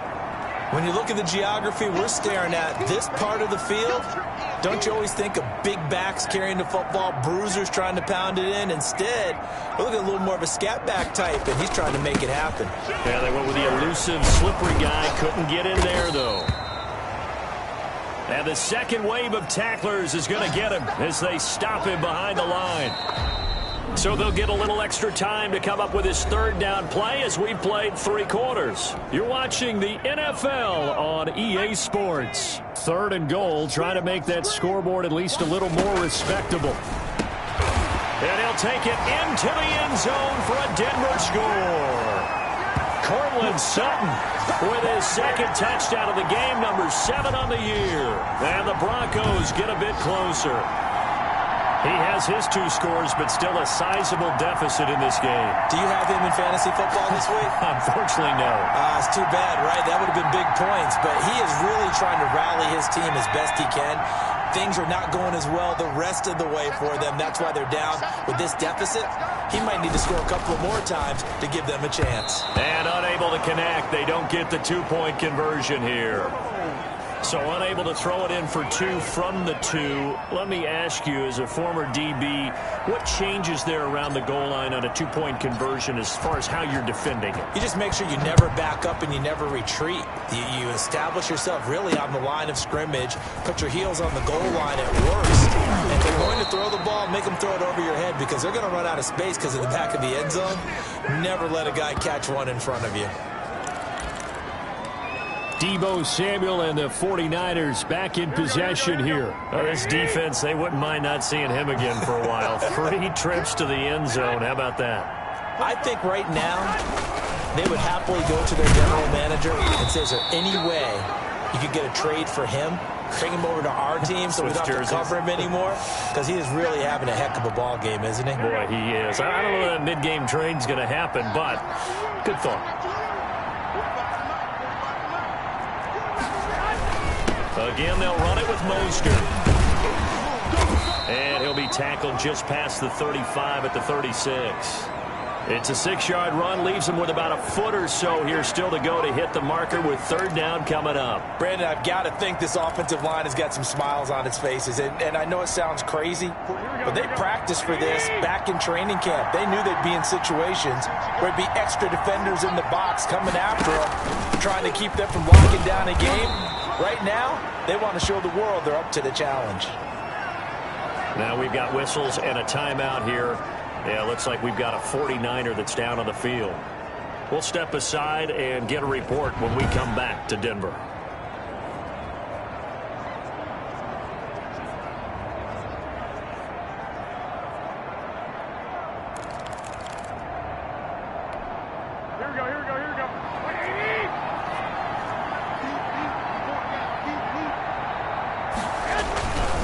Garoppolo going to give to Mostert. They're going to snuff this play out behind the line. We have not seen that much today.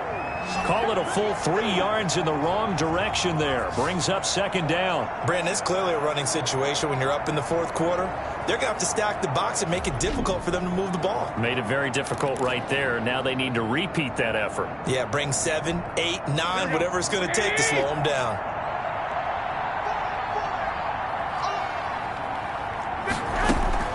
On play action, it's Garoppolo.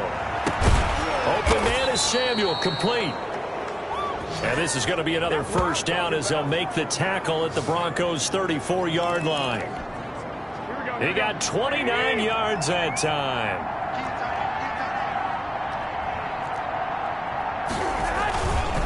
Mostert.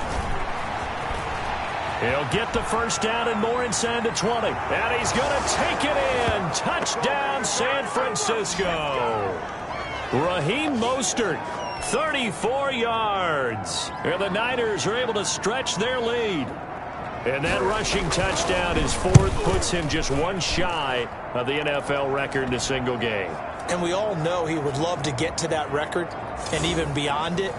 But he doesn't need to in order to impress in this one, does he? What a performance. What an absolute great game that he's had here in this one. After the touchdown, here's McManus now to kick it away. Fields it in the middle of the end zone.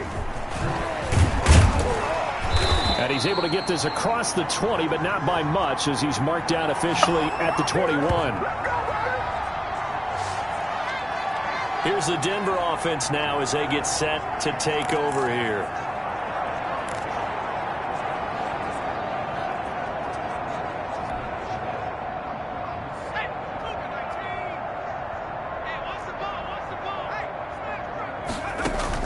Hill on 1st down. He's going to fire one deep, middle of the field. And that will be incomplete. Would have been a big hitter if they had connected. Instead, it's 2nd down. to throw again. Hill. That's complete. Okuebuna. And he's taken down, but able to slip across the 35. 16 yards, a first down. Well, this game was decided a while ago, and that completion there is going to artificially inflate his passing numbers. So right now, the only one really applauding probably his agent as he thinks about angling for a new contract. So from the 36 now, 1st and 10. Operating from the gun, Hill. And he's going to have the hook up to Sutton. That one good for 10 yards. And that'll make it 2nd and a foot or so.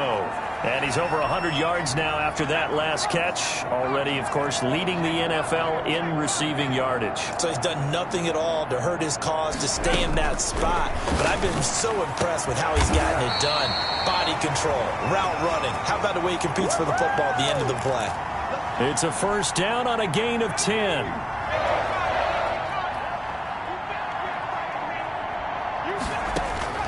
And again, it's Hill. And that's going to be incomplete. Too tough to hold on to that one. It's 2nd down.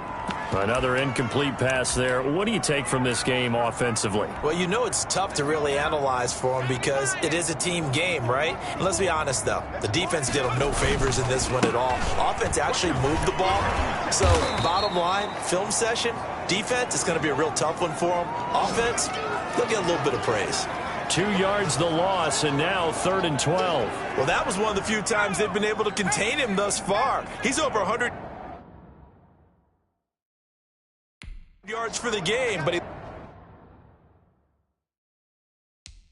lost a bit off his total on that carry. Now the Broncos going to use the 2nd of their timeouts. That's going to leave them with just 1 remaining here in this 4th quarter. An extra DB for the 49ers now on 3rd. Here's Hill. And it falls incomplete after almost being intercepted. A pick there would have been great. The good news for the defense now, it's 4th down. At this point, down big, you'd have to imagine this defense are just going to sit back, blanket the field as best they can. Yeah, this is actually the easy part of the game for them because, just as you noted, they can sit back, keep everything in front of them. But they've blanketed the field the entire game using a variety of coverages. All right, they're going to try and keep hope alive here on 4th down. They're going for it. Desperation time on 4th for Hill. He'll get this one down near the 20-yard line, just shy of the 20. But no reason not to try it there, and they do indeed convert on 4th.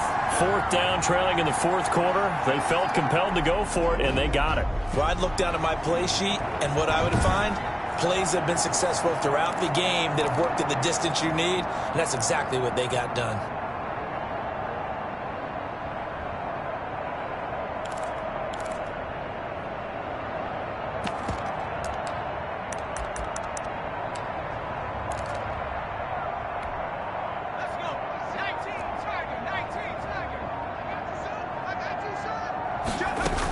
Now Gordon on 1st down. And the result here, a pickup of 8. Leaves him with 2 to go on 2nd down.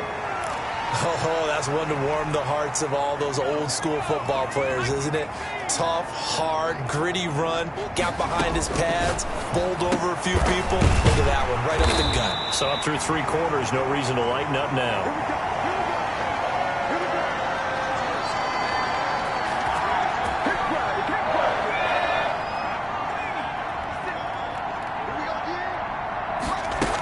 They'll try and run for it on 1st and goal. And the Broncos are going to be set up with a 1st and goal. He couldn't quite reach the chalk, but they'll have it at the 1-yard line. And, Brad, they went to a nickel defense, and that's a surprise this close to the goal line because ordinarily you use the back end of the end zone, the sidelines as extra defenders, and you want bigger people on the...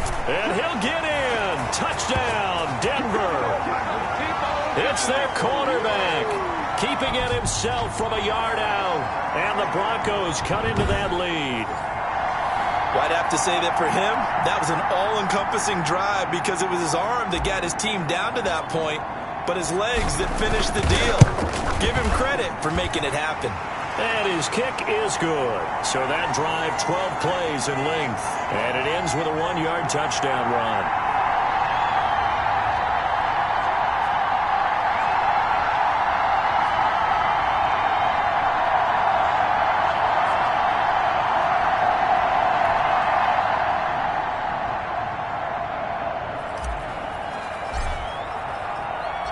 So after the touchdown, Martin now on to kick this one away.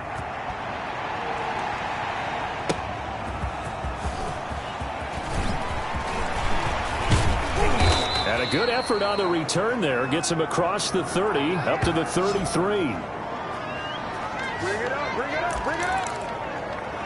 Raheem Mostert and the Niner offense getting the football back. I guess it kind of goes without saying at this point, but he's had a great game, as we like to say, a nose for the end zone, no doubt. Continues to find it throughout this game, and I'm sure he's got a nice place to live.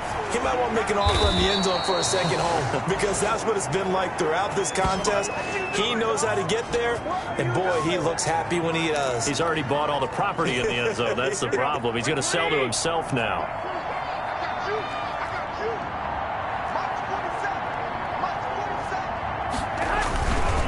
On first down, they go with Mostert again. 5 yards is the tally on first down. That brings up 2nd and 5. Good gain there on first down, and keeps them in a running situation probably. They did everything right on that play, didn't they? They got the leverage up front, good blocking, nice hole for him, ends up picking up nice yardage, stays in bounds to keep the clock rolling. They are in charge of this scenario right now. They want to stay that way. And not in any rush offensively. When you find that kind of yardage, you couldn't be more confident as a ball carrier. And guess what? You're going to go back and tell your offensive coordinator, I'd like to keep carrying it, thank you. They'll try and run here with Mostert. Well, this is going to depend on the spot, but it's not a very generous one. He looks to be about a yard or so short. He needed 2, he got 1, and that's going to leave him with 4th down at a yard. This late in the game, Charles, I think you maybe seriously have to think about going for it. Especially where they are in terms of field position, because this is almost like no man's land. Might hurt your punter because there might not be enough space, maybe too far for your field goal kicker. I'm like the old rule. Possession is 9/10 of the law. Possession is 9/10 of winning the game. Go for it, get the first down, close it out. The Bronco offense now set to come back out onto the field. Even though they were able to force the punt defensively, still a big hole to climb out of, especially at this late stage of the contest. Coming out with a jumbo package to start the drive. They'll start the drive with a run by Gordon. He'll get about 3 as he's taken down at the 23. Yeah, I don't know if it's exactly a win-win, but if you're on offense, you'll take that kind of a run, all right? It was kind of stacked up, found a little bit of yardage, and frankly, they're pretty close to staying on schedule on offense. The playbook is still open for the coordinator. And a short gain there as he'll get it up only to about the 24. Ladies and gentlemen, that is a force of nature at the defensive tackle position. Yes, he's as big as they come, but still plenty agile. He's able to make a nice play there to swallow up the ball carrier.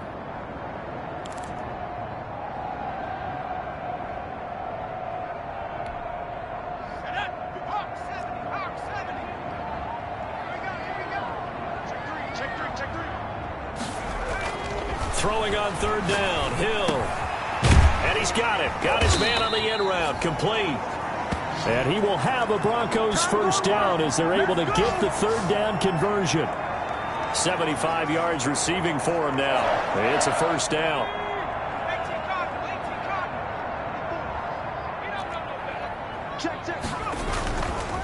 Now a carry for Lindsey. And able to get a couple as he's across the 40 to the 41. But not much on that run, Charles. No, that's exactly the way to execute a run blitz there. They guessed correctly that they would move the ball on the ground, honed in on it, and stopped them. Mark that down for a win in the defense's column. And he'll get it out to midfield. Looks like, yeah, they'll spot it right at midfield at the 50. Well, that was a unit that understood exactly where the first down marker was, handed it to their guy who could run it, created some space, and he got there.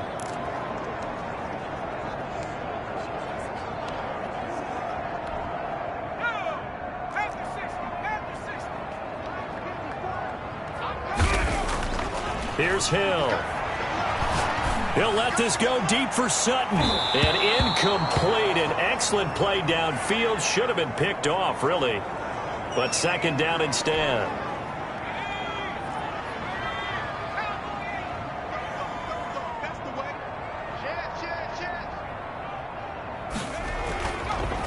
They'll run. It's Lindsey. And he is across midfield from 149 to the other 49. A gain of just 2. And he continues to pile up the yardage. That puts him over $150 now. And this defense has really had its problems trying to keep him contained. They'll go again with Lindsey. And he can only manage to get this to the 45-yard line. Well short of the first. Not too many offenses want to turn down long drives, but when you're down what they are, they've got to pay it off with some points. So on trots the field goal unit, and wow, this is going to be a challenge here. Now the Broncos will use their third and final timeout, so that will leave them with no timeouts left. Still plenty of time on the clock. We'll see how that affects things here in this fourth quarter.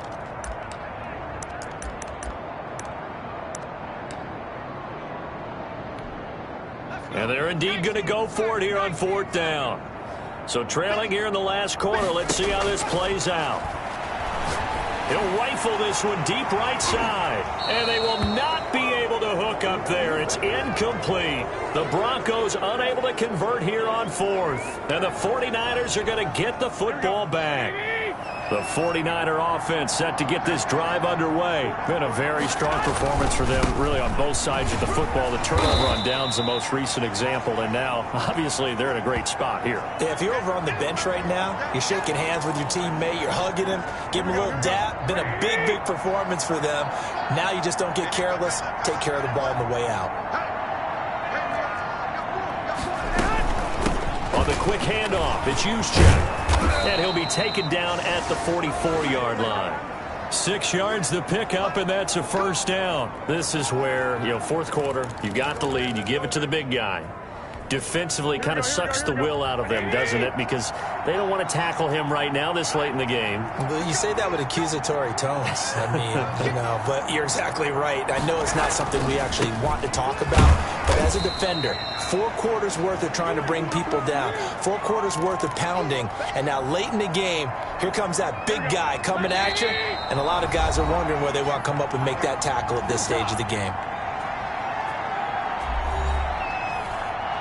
So it's 49er football here as we get you reset.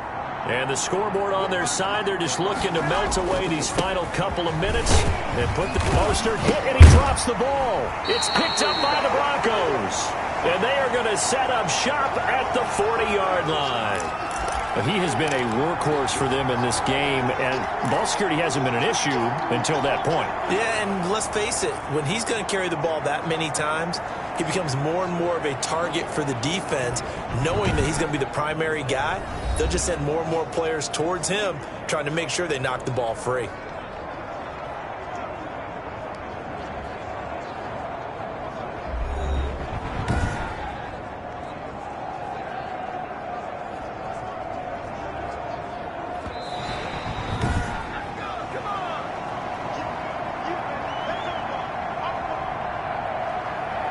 Partnered in less than 2 minutes ago in the game, which means that this challenge was initiated by the fellas in New York. And if you're the coach, you're thinking, thank you, New York.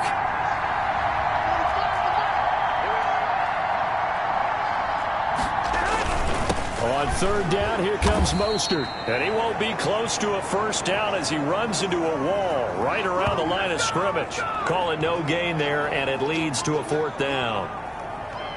Brandon, one thing about blitzes, they really confuse offensive linemen at times, and what you have to do is lock in on the guy right in front of you. If you don't, you saw the end result. Defensive tackle ended up making the play.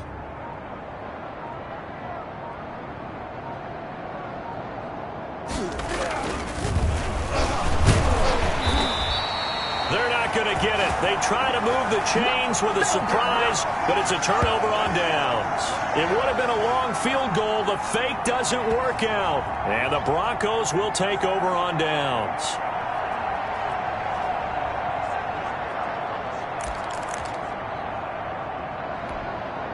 Good starting position for the Broncos here as they come up 1st and 10 at their 38. They'll start on the ground with Lindsey. This will be stopped about 2 yards shy of the marker. 8-yard gain, 2nd and 2. You know what really fires up offensive linemen? When the guy that is carrying the ball behind them can create his own space and break a tackle along the way. Going right side here, and that's complete. He'll get this one down near the 20-yard line, just shy of the 20.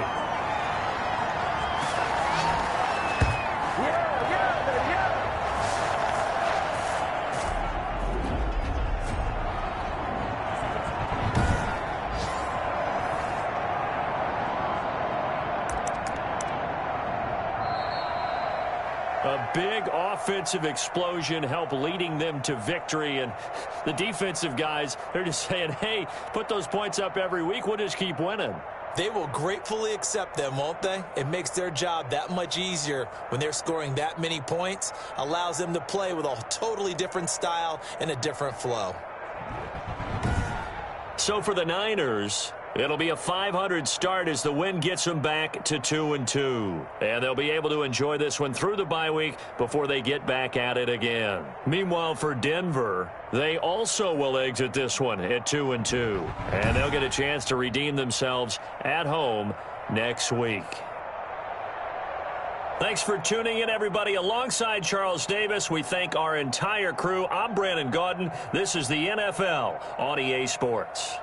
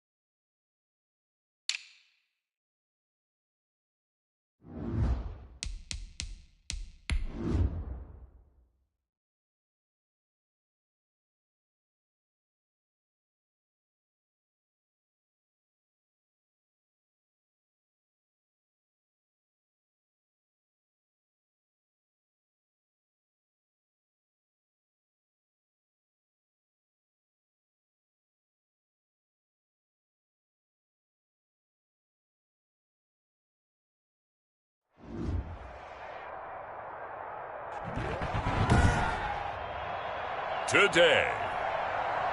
From Empower Field at Mile High in Denver, it's Week 5 of the NFL on EA Sports.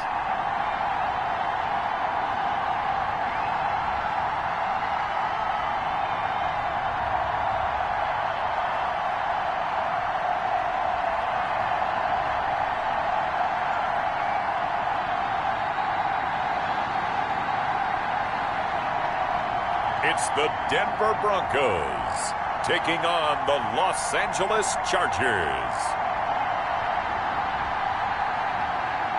We find ourselves at the foot of the Rockies, Denver, Colorado, for this edition of the NFL on EA Sports. The scene a few moments ago, here it is. It's unlike any other in sport as both teams made their way out of the tunnel.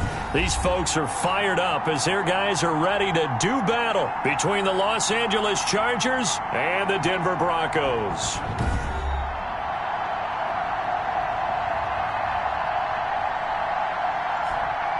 And hello again, everyone. Brandon Gaudin alongside Charles Davis. And, Charles, we look at this Bronco team.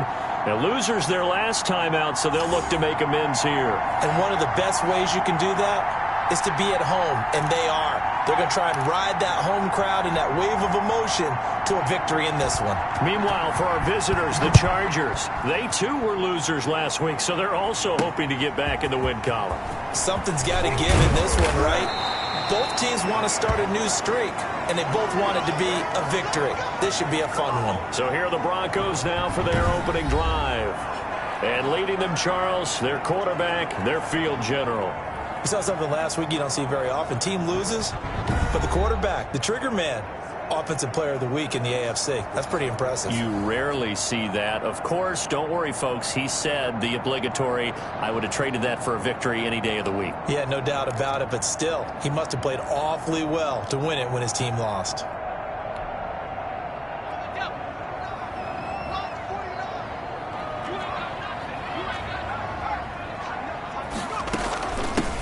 On first down, Franklin. 7 yards on the pickup there, and it'll leave him with a 2nd and 3. Now, you often say that sort of opens the playbook now, 2nd and short. What do you think, early shot here? I like where you're going. Obviously, we've been together for a while because you know me. I want to take that shot early and loosen things up. Now, a deep ball there on 2nd down, but it'll wind up incomplete. That time he was looking for Jerry Jeudy, and it's 3rd and short.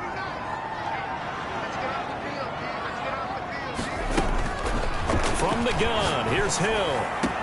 He's got his tight end fan, and he takes it all the way down to the 28-yard line. A big play there for the Broncos on 3rd. 41 yards. Brandon, we've both been around the game long enough that we know that in pregame, defenses are pretty amped up, aren't they? I mean, they're pounding lockers, and they can't wait to get out there. But when you hit them with some big pass plays early, it takes the starch right out of them.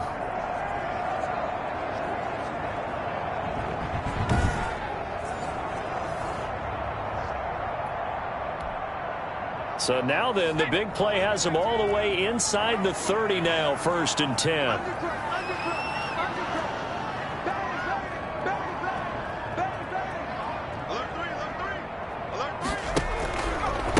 Now the first carry here for Phillip Lindsay. And he'll take this down just shy of the 25-yard line. A look at the numbers a week ago for Lindsay. There isn't a coach alive who wouldn't like those numbers. Well over 100 yards and a touchdown, too. Partner, I think all the coaches who are in that great coaching box in the sky would take those numbers. So dead or alive? Either way, they would take that kind of production. It'll be a gain of 5, but still about 3 yards shy of the first down marker, and now it's 3rd down. Did he just clock that? Looked like he tried to stop the clock, but the clock wasn't even moving. Now Younghoe Koo, who of course used to kick for the Chargers, on for the field goal. On the left hash mark, this a 38-yard attempt. And his kick is right there. It's good. And the Broncos, the first to grace the scoreboard. It's 3-zip.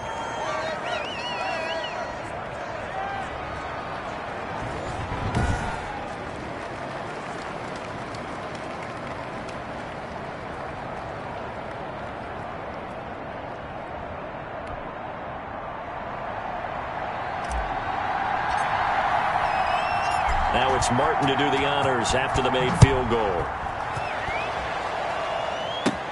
Here comes Johnson on the return. And he'll be stopped up at the 25. So here's the Charger offense making their way out. And at quarterback from the University of Oregon, it's Justin Herbert. Would you say that last week's performance by him, workmanlike in terms of numbers? 1 touchdown, 1 pick, but obviously a loss. Yeah, and that's the bottom line for him. All he cares about is how do we find a way to win the game. Maybe leans on a few other parts of the offense, and hopefully springs a receiver or two free.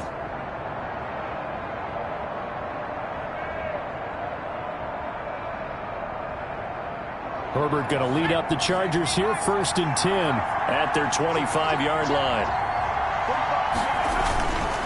First carry for Austin Eckler, who's a Colorado native. And from the 25, they work this to the 29, a gain of 4. These are his numbers from last week's contest.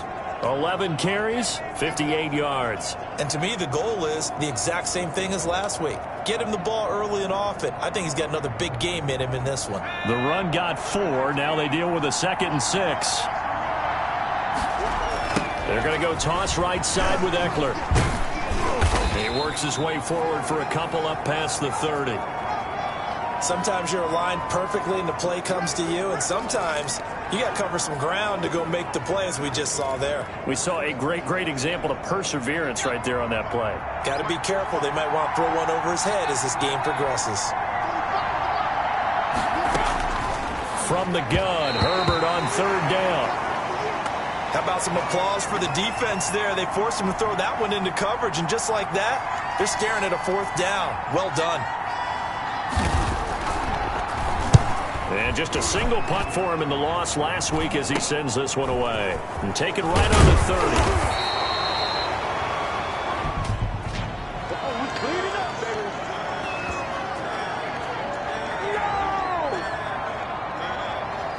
So this will be accepted as it moves the offense backwards.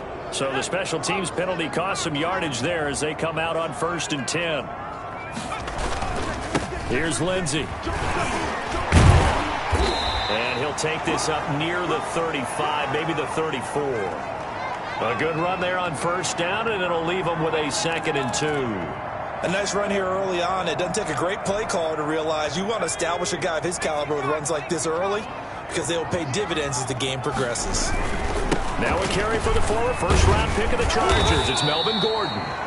And he's going to have a Broncos 1st down as the tackle made just shy of the 40. A gain of 5, good enough for the 1st down. 2nd and 2 is prime time for a little bit of a gamble, isn't it? Open up the playbook, go play action, toss that bad boy deep. But in this situation, go ahead and give it to your back. Let him pick up a 1st down, keep the sticks moving. Give him 5 on the carry there, and it'll be 2nd down.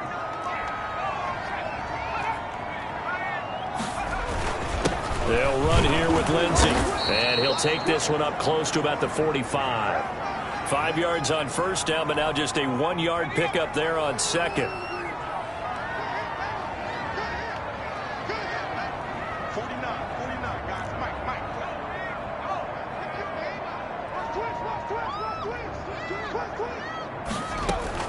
From the gun on 3rd, Hill. Got a man complete. It's Hamler. And he will have a Broncos 1st down as they're able to get the 3rd down conversion. Give them 22 there on the 3rd down conversion. But one of the ways that quarterbacks keep all the receivers alive in a play, never lock in on any one guy. Make sure you keep your eyes moving, scan the field. And here he finds the open guy for a nice pickup.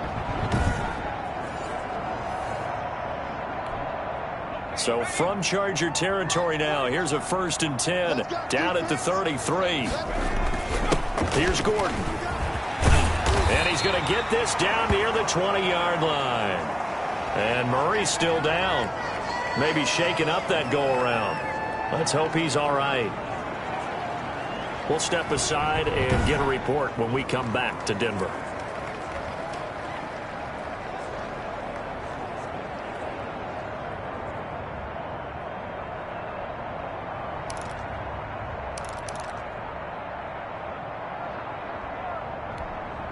They had to settle for 3 last drive, hoping this second go-around ends in 6. In good position, 1st and 10. Now Gordon. And able to break one tackle, but then quickly brought down. But a nice little gain. A nice run there, 9 yards, and it'll be 2nd down. That's a really nice job by them picking up the run blitz and detecting it and blocking it and turning it into a nice run. And a lot of times you think if you blitz a running play, you're going to smother it. But a lot of the blitzers, they come in a little bit high. They don't have great leverage, and they're easily blocked and turned to the side. 2 yards, good enough for a first.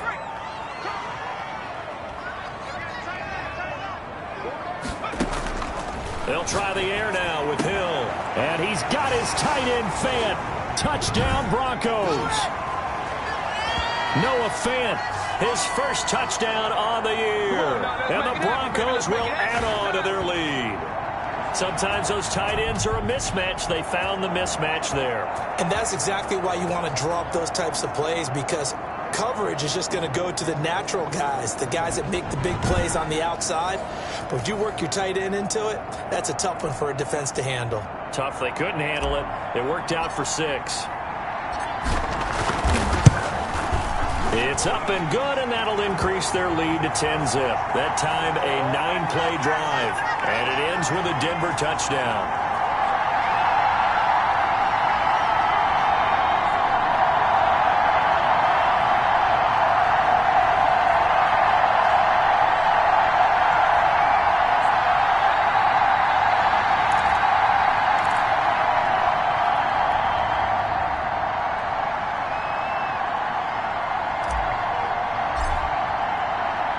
Here's Martin now following the score as he'll send this one away.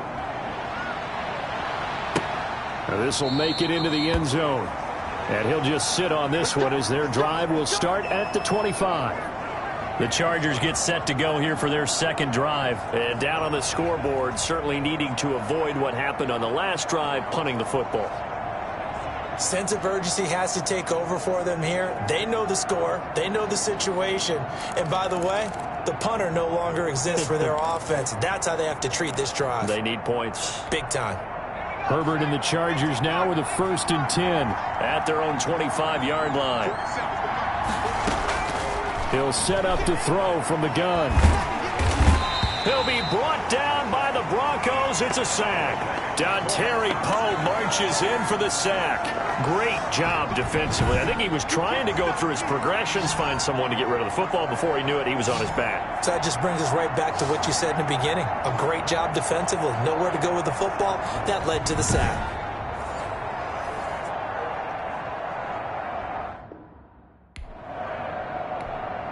Now following the sack, they'll look to make amends on a 2nd down and 17.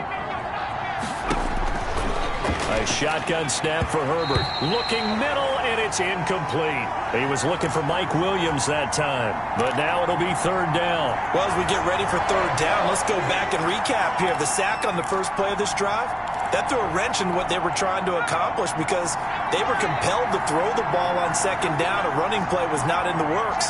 And that incompletion set up another passing down here. Now the pressure comes, and he goes down. Just inside the 10, back at the 9.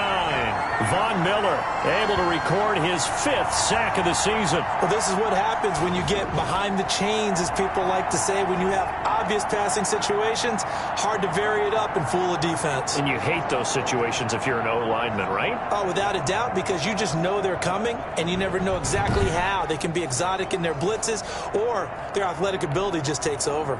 Here's Logan Cook now, as his first punt will come from inside his own end zone. He'll send this one into the mile-high air, and it's a good one. And this will be down just inside the 30-yard line. And Denver getting set to take the field. A good balance attack for that last touchdown drive they had. Now it's time to see if they can do that again. It really becomes a tale of 2 play callers, doesn't it? The offensive guy, he's in sync. Everything's working pretty well. For the defensive what's going on the defensive side? That's a tough one because he's prepped all week as well, and he can't get a bead on exactly what they're doing right now. What he needs is one of his guys just to make a big play and disrupt things.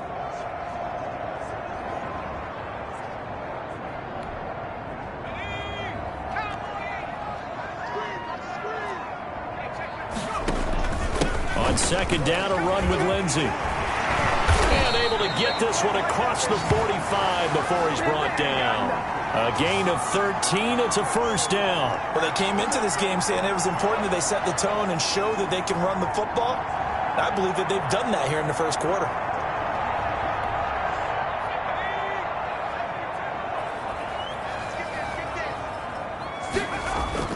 On first down, right back to Lindsey. And down he goes at the 49, a 3-yard pickup.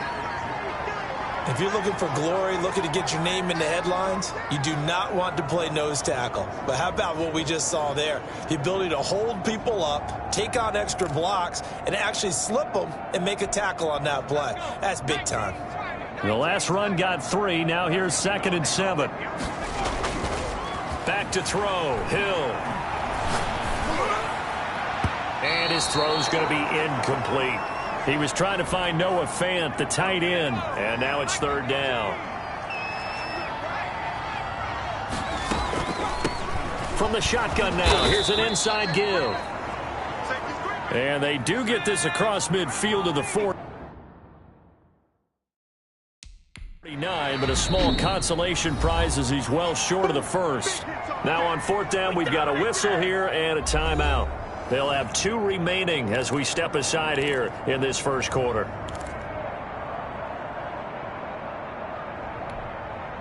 And they're going to at least line up to go for it here on 4th down.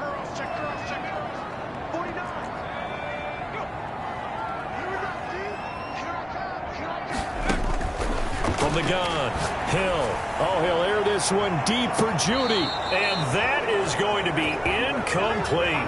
The Broncos unable to convert here on 4th. And this defense will take over right near midfield at the 49-yard line. So they'll trudge off the field with a bitter taste in their mouths after that failed 4th down conversion. Yeah, there'll be a lot of analysis there on the sidelines. Was it the right call? Was it against the right defense? Should they have even gone for it at all? Will that change what they do going forward in this game? A lot of questions to be answered by them. The defense doesn't really care. They're like, bring it on again. We'll stop you the next time, too. And that play will go nowhere. Losing yardage back near midfield at the 49. Officially, it's a 1-yard loss. That's going to bring up 2nd and 11. Plays like we just saw there. That's why they're up right now. And the defense, they're doing their job. Yeah, it starts with the guys up front. So when you talk with GMs who are putting together a team, a lot of them say we're going to build from the inside out, because if you control the line of scrimmage, you control the rest of the ball game, and that's what we're seeing here. They're actually playing in the offense's backfield, not necessarily just playing at the line of scrimmage.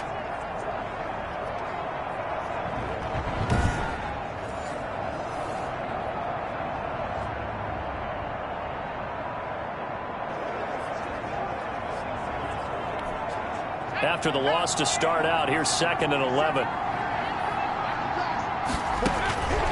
From the shotgun, here's Herbert. Short pass caught by Henry. That catch good for 5. It's 3rd down. Well, the strategy was evident there. Get it to your tight end and make it a one-on-one play with a cornerback. Who's usually going to win that one? The tight end, but not there. Not in this situation. How about the corner defeating that logic and making a really nice tackle?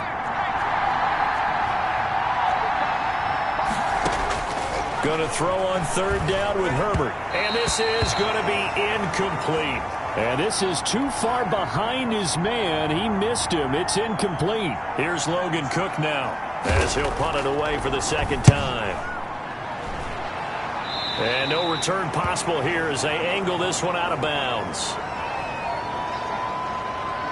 Out there to start their next drive, Phillip Lindsay and the Broncos. Whatever he was doing in September, they're hoping that that carries over now to October, because he was sensational last month. He absolutely was, and we all know where it started, at the end of last season, right? All the offseason preparation, the weight workouts, the sprints.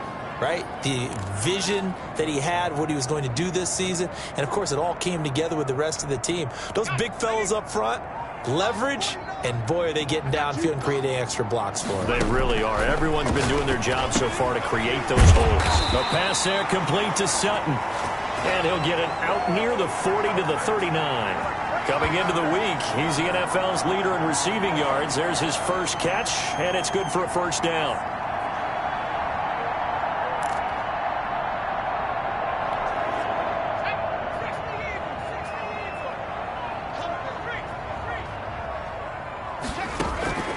Operating from the gun, Hill, and nearly picked off. Surprising to see a defender of his caliber let it get away, but it does get away and it's second down. One thing that you're going to see from this offense is that they love the matchup with their wide receivers against this secondary. That one wasn't successful, but don't expect them to back away from attacking all game long. So line of scrimmage still the 39 on 2nd and 10. Now it's Lindsey. He'll get about 3 as he's brought down right around the 42. Pretty good little two-play sequence there. You force the incompletion, then a very short pickup. Yeah, now maybe you bring in an extra defensive back or two because you want to try and defend on 3rd down. They like to play those nickel or sub packages, don't they? And that will be incomplete. That could be the stop this defense needed to get them back on track. They've been pretty well dissected by the offense here in the first half. After that possession, now they know that they can compete with this offense. On 4th down, here's Sam Martin on to kick it away. And look at this. It's a fake. And this is incomplete. A huge gamble, and it does not pay off. They fake the punt. It doesn't work out. And the Chargers will get the football back in excellent field position.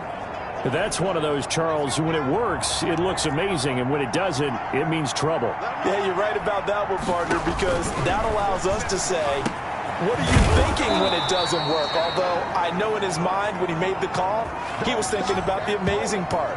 But in this case, I think the defense, they caught on to this fairly quickly, and they were able to force the incomplete pass. You can almost hear the sigh of relief coming from their sideline and from their point on the field because this has been a tough start for them thus far. A much-needed first down there. They needed something good to happen. Plays like that will continue to help them dig out of this hole. Throws left side, complete to Keenan Allen. And down inside the 15, shy of the 10. 17 yards for the Chargers there as they've got themselves a first down.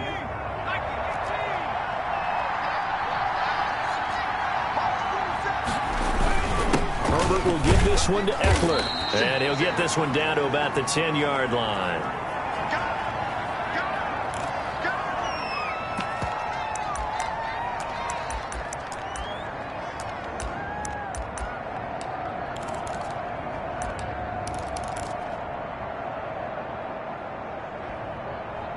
They're looking at a 2nd and 8 now from the 10.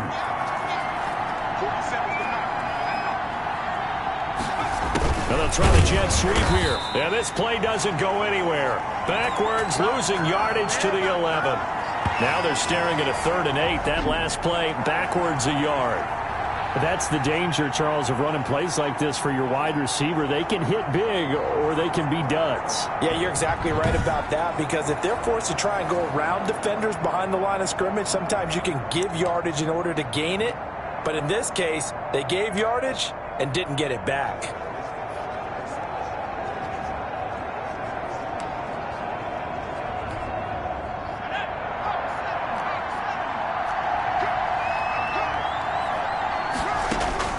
On 3rd down, Herbert, this is caught. And he's in for a Charger touchdown. Mike Williams, his first touchdown on the year. And the Chargers have made this a one-score game.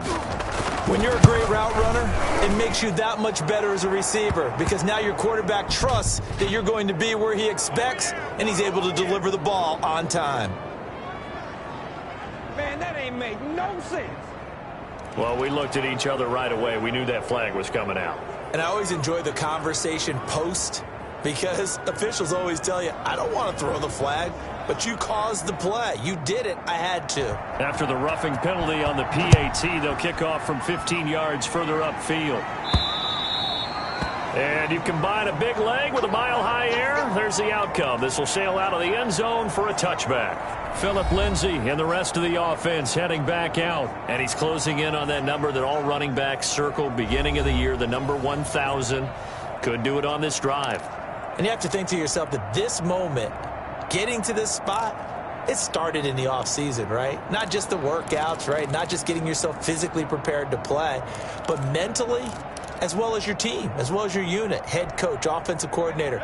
We run the football. We give you opportunities. He's taking advantage of it. And when you get this close to the mark, you just hope things don't tighten up, right? You probably want to get there and get it in your rearview mirror. You really do, don't you? Because now it becomes predominant, and you wonder about play calling as well. Do you want to call plays to get that out of the way, or are you still calling plays to win the game first? That becomes the burden of the play caller. On second down, it's Lindsay. Takes it to the 26, just a 1-yard gain. Just not a whole lot of room to operate there on that carry. No, not at all. They did a really nice job staying in their proper places and not allowing any lanes to open up.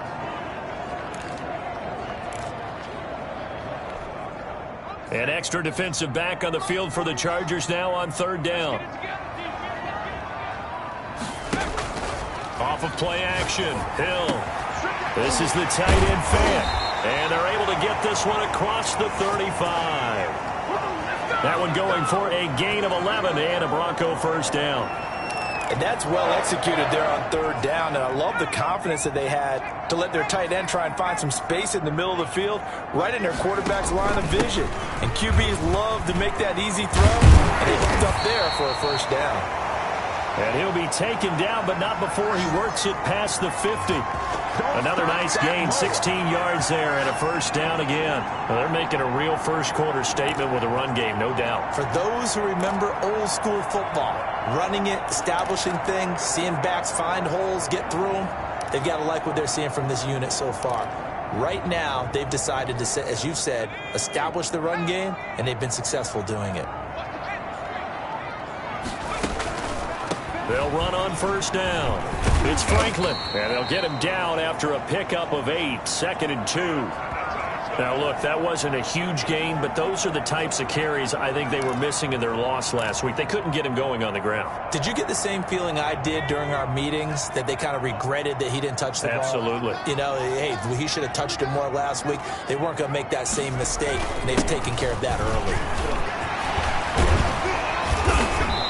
And he's going to be taken down here with a penalty flag on the field. Oh, way to take it. Way to take that. What's up, man? So a decent gain, but all for naught on the penalty. It's too bad, isn't it? They were feeling pretty good about it. The only people celebrating, the guys who just gave up that play.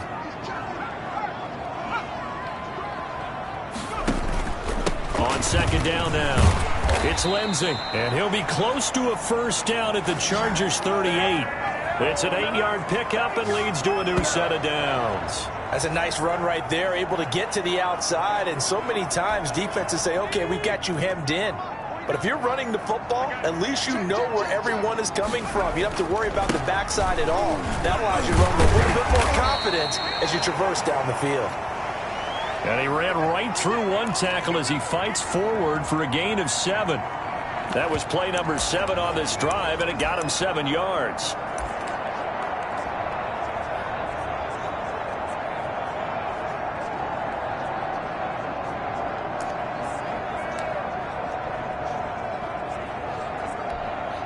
So they'll come up after the gain of 7 on a 2nd and 3.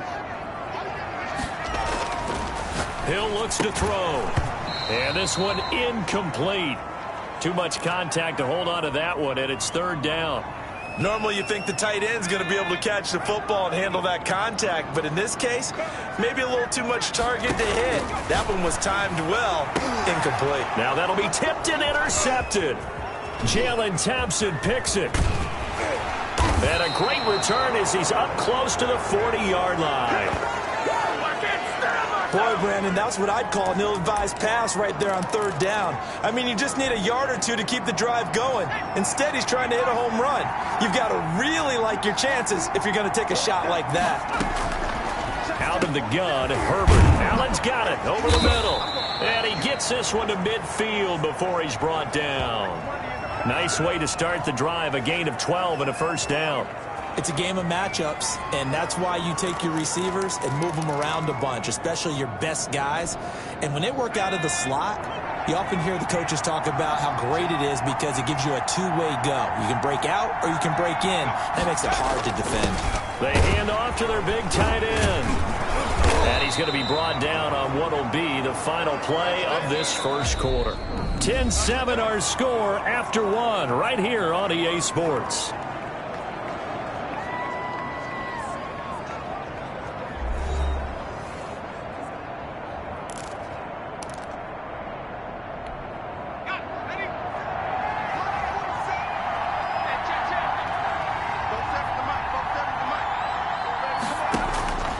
Here's Herbert on second down. Throw right side, complete to Williams. And this is going to be another first down as they'll make the tackle at the Broncos' 32-yard line. A Charger first there as Herbert finds Williams. In so many ways, throwing the hitch route is actually one of the safer things an offense can do. Get the ball out to the receiver as fast as possible, hope he's got man-to-man coverage, and hope that his athleticism wins on the perimeter. Running on first down, Eckler. And nothing but green grass here, middle of the field. Touchdown, L.A. Austin Eckler, his first touchdown on the year. And the Chargers have taken the lead.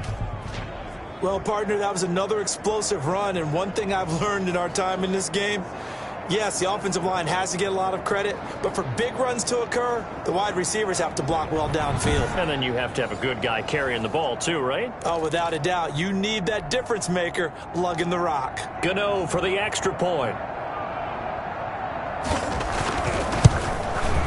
And that makes it 14-10.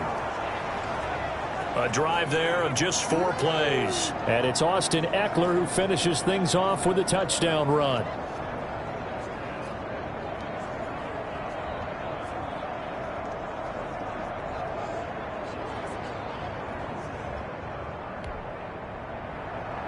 Gano now following the touchdown here to kick it away. Taking it about the 1. And he won't quite make it to the 25.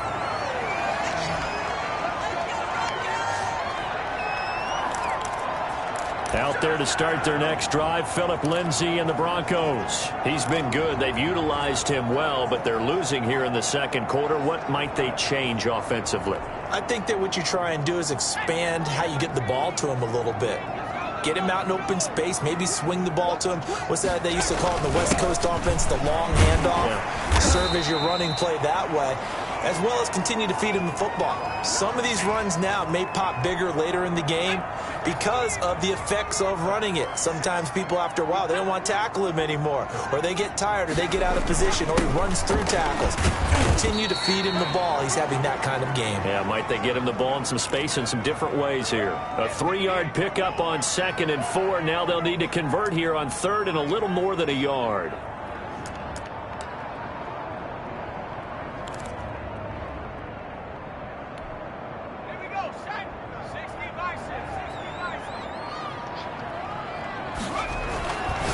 To throw is Hill, and he can't hang on to it. Nearly picked. He's known for his hands defensively, but instead it just brings up 4th down. Normally I'd say this will lead to a punt attempt, but this offense already shown in the first half that they'll go for it on 4th down. No, they should have already said punt it, punt it. Head coach have already made that decision.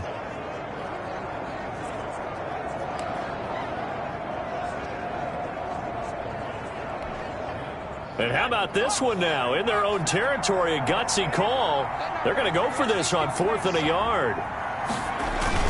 And they are going for it. Here's Hill. He's got his big tight end, Fant. And he slips up past the 45 before being tackled. A big roll of the dice on 4th and 1, but it pays off. They convert.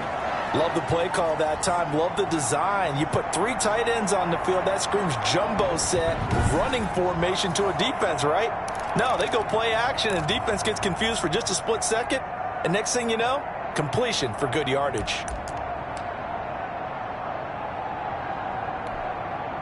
They show run with 3 tight ends here on first down. Now a carry for Lindsey. And he's going to get across midfield and into Charger territory. Now it looks like we've got a Bronco that's banged up on the play. We'll step aside and get a report when we come back to Denver.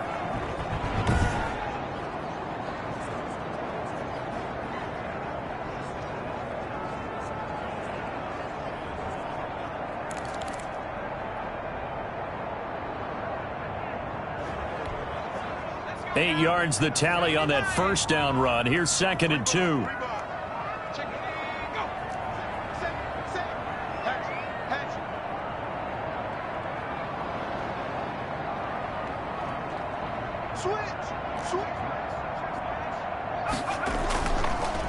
They'll try the draw, Lindsey. And this time not as successful, as he'll get back to the line of scrimmage and no more. He got maybe a half yard at most, but officially they'll be left with a 3rd and 2.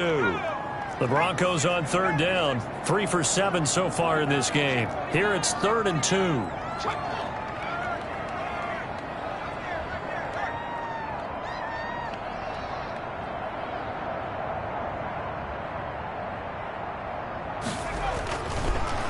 They'll try and run for it with Lindsey. Well, they hit him in the backfield, and he will not escape. And that is not going to get it done. The defense stiffens to force 4th down following that first down gain of 8. Vic Fangio, an old-school coach, but he's going to go for it here on 4th.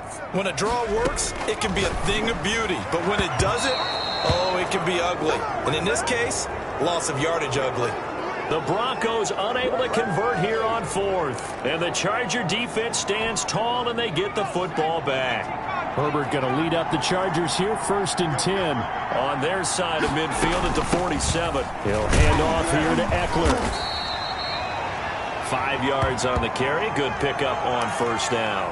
That's a really nice, tough run inside, and they gained 5 yards on it. And to be frank about it, most offenses don't expect to get 5 yards on a play call like that. So when they do, they go back to their huddle with a little pep in their steps. They're starting to think that they're starting to dominate the line of scrimmage. That might feel like a little bit of a lost opportunity there for the offense because the defense brought pressure that time. And sometimes against that, you can get out to your running back, and it can turn into a big gain downfield. But what a nice job they did getting to him quickly and holding him to a short gain. And he is going to have the Chargers first down as they're able to convert by plenty there on 3rd and 1. So here's a 1st and 10 at the 38. From the gun, Herbert, short pass caught by Henry. A gain of 6 there on first. 6 yards was the pickup on the last completion, so here's 2nd and 4. Now that's staying ahead of the chains. Really good pickup on first down, hitting the tight end there. Now brings up a 2nd and manageable. Just found a hole in that zone. That one, a first down pickup of 8.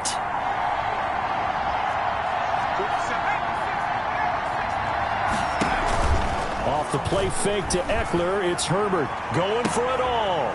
He's got his man. It's caught.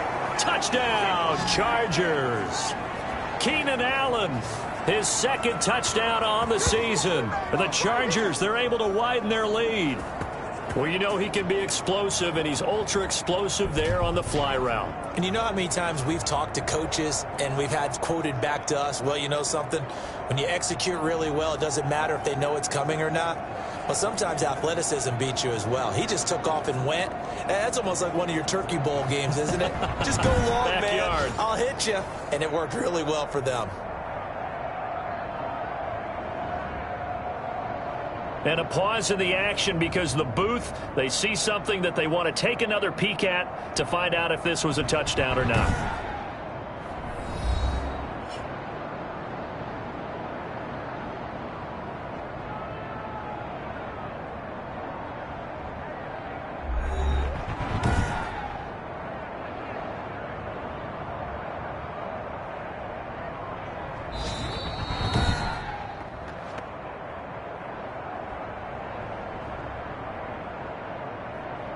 They had to go to the monitor, get an extra look. That's what the technology is for, and this touchdown will count. Gano now to add the extra point.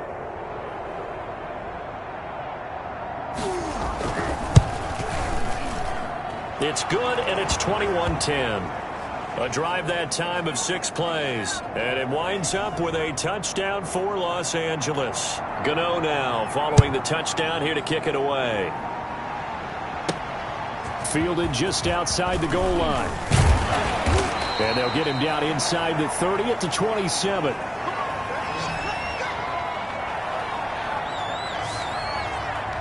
Phillip Lindsay and the rest of the offense heading back out. You start prorating these rushing numbers and looking ahead, he could be on pace for a 2,000-yard season. I don't want to jinx him, but what a year to this point. But you just did. Sorry. That's okay. No, he can overcome that. I'm not right? apologizing to you. No. Okay? I like your attitude. But you're right. What's got to happen for it to actually occur?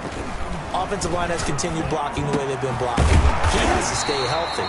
But also, it's not just the idea that he's going to run the football, but you got to run it against numbers that dictate you throwing the football. Sometimes when you have 6 to block and you only have 5 guys, you've got to block them anyway, and he has to make someone miss as well the rest of the year. On 1st and 10, it's Lindsay. And some room to work. And taking it across midfield and inside the 45. 15 more yards there, and quickly another first down. Back-to-back good plays have him on the move on first down. Boy, where would these guys be without his performance on the ground? That puts him over 100 yards now for the afternoon, and I tell you, he seems to be getting stronger as the day goes along. They'll keep it on the ground. This time it's Gordon. And he gets this inside the 35-yard line. 11 more on that one and another first down. We use the word relentless a lot with guys who are aggressive on the field. In this case, it really fits, doesn't it? How about his ability to break tackles and his feet never stop moving?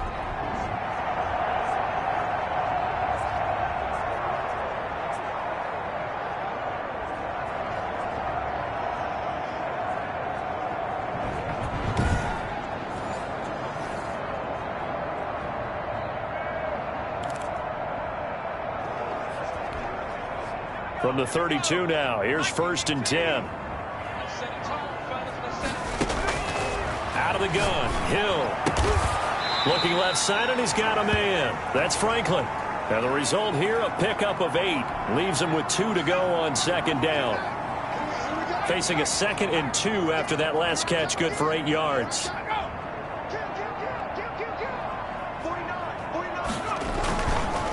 They'll run. It's Lindsay. And down inside the 15, shy of the 10. None of that.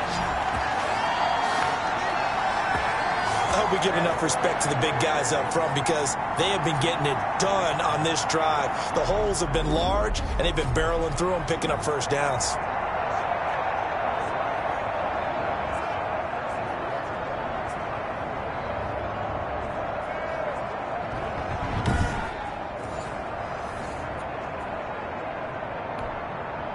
Now a 1st and 10 at the 11. Now a handoff for Lindsay. And he'll get this one down to about the 10-yard line. Just a yard on the pickup there, and it'll bring up a 2nd and 9. That was a really nice play, be able to stack that one up. When they get back in the huddle, he's got to tell his guys up front, great job. They kept people off of him, allowed him to run free, and make the hit on the runner. Filled the gap nicely, kept him to just a 1-yard gain. And he is into the end zone for a Denver touchdown. K.J. Hamler, his 5th touchdown now on the year. And the Broncos have cut it to within a score. As they began this last drive, things weren't exactly looking up for this offense. But after what they just did, putting the ball in the end zone, that took them away from the brink of possibly being knocked out of this game.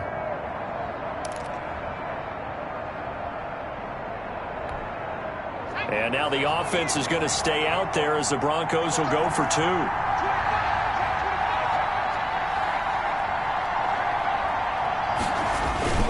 Lindsay going to try to run it in. And maybe a measure of revenge there. He's had his way in this one, but this time they get him behind the line. Well, partner, since this new two-point rule came into play, offenses spend a lot more time working on it. That means the defenses are doing the exact same thing. So after the touchdown, Martin now on to kick this one away. That'll be taken about a yard deep. And ultimately cannot get this out to the 25-yard line as he's dropped it to 23. Austin Eckler and the Charger offense reclaims center stage. He's over 40 yards here in the second quarter. Been nice and effective for them, hasn't he? He has definitely been dependable, and really shouldn't underestimate what he's getting done here, because anytime you're on a pace that's going to approach 100 yards, you've really done some damage in an NFL game. Well, now he's looking just to add to his totals. Herbert off of play action. He's airing it out for Williams. Oh, this is taken in. It's complete. The 20. And all the way in for a Charger touchdown. Mike Williams, 77 yards. And the Chargers get the quick strike touchdown. He's having a nice little first half here, partner. And it's a first half that leaves us anticipating what can still come. I mean, 2 touchdowns already here through the second quarter. There could be plenty more before this game is over. And a fair catch signaled for and taken successfully.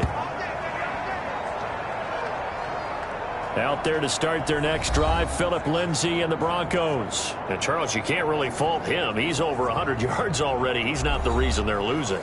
And that is really unusual, because ordinarily when you set the tone this way and have run it this effectively, usually your team's in control. So it's a very strange situation.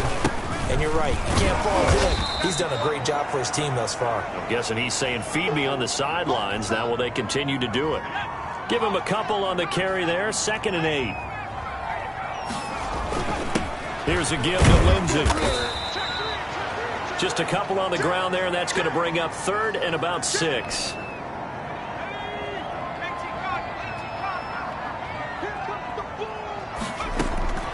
A shotgun snap for Hill. And he'll be taken down, but not before they work it across midfield. That 3rd down conversion good for 23. Well, a lot of times when you get a manageable 3rd down situation like this, you have to think about your tight end, and he comes through for him, picking up the 1st down.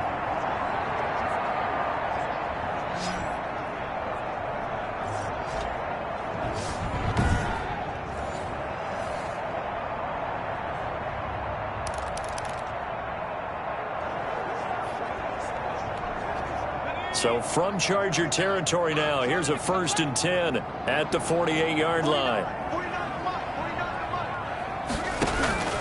Operating from the gun, Hill. Oh, he'll air this one deep for Judy. And a flag comes in as that one falls incomplete. Well, let's see who this is on. So the contact came before the ball got there, and the flag is thrown. Timing is everything, isn't it? And it's so hard to cover these great receivers. They have such great body control, and they can fake you out. In this case, as you described, got there before the ball got to the receiver. Penalty flag had to come out. Following the penalty, here's Gordon. And all the way down inside the 5 to the 4. That's over 40 yards of movement with those last 2 plays. Interior of that line blocked really well on that run, but also the 2 tight ends, they blocked well too. Not only have they scouted the line of scrimmage, with their agility, they can get upfield and hit moving targets like linebackers, defensive backs. They do a really good job helping out the running game.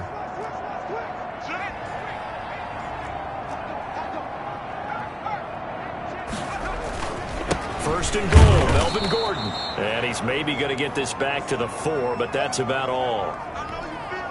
No gain on the play that time, and it sets up 2nd and goal. On 2nd down, it's Lindsay. And he'll be stopped about a yard shy of the goal line after a pickup of about 3. Well, he did get a taste the previous week. He got into the end zone trying his best to get there in this game. So far, he's been denied. Now Hill on 3rd and goal. Pass pass incomplete, but the flag in the backfield, and this might be a roughing call.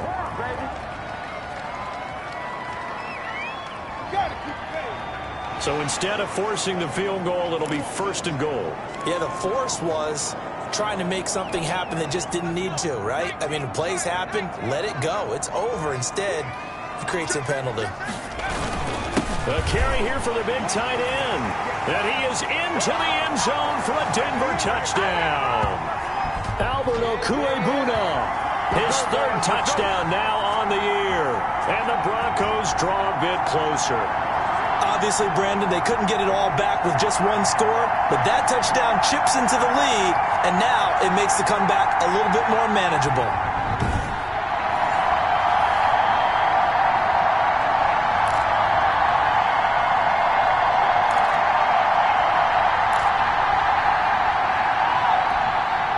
And now the offense is going to stay out there as the Broncos will go for 2.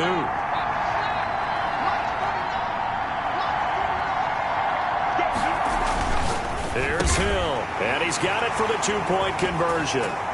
So they tack on a pair more here to narrow that deficit a bit further. And around the goal line, especially on 2-point tries, sometimes the QB's best friend is that big target, the tight end. I love how you described it because you know he's going to have some length and some catch radius as well as a big body to keep people away from the football.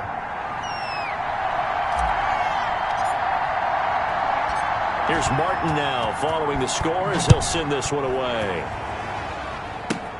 Johnson now returning. Oh, a good-looking return set up here. And a good return, able to get out across the 35 to the 36.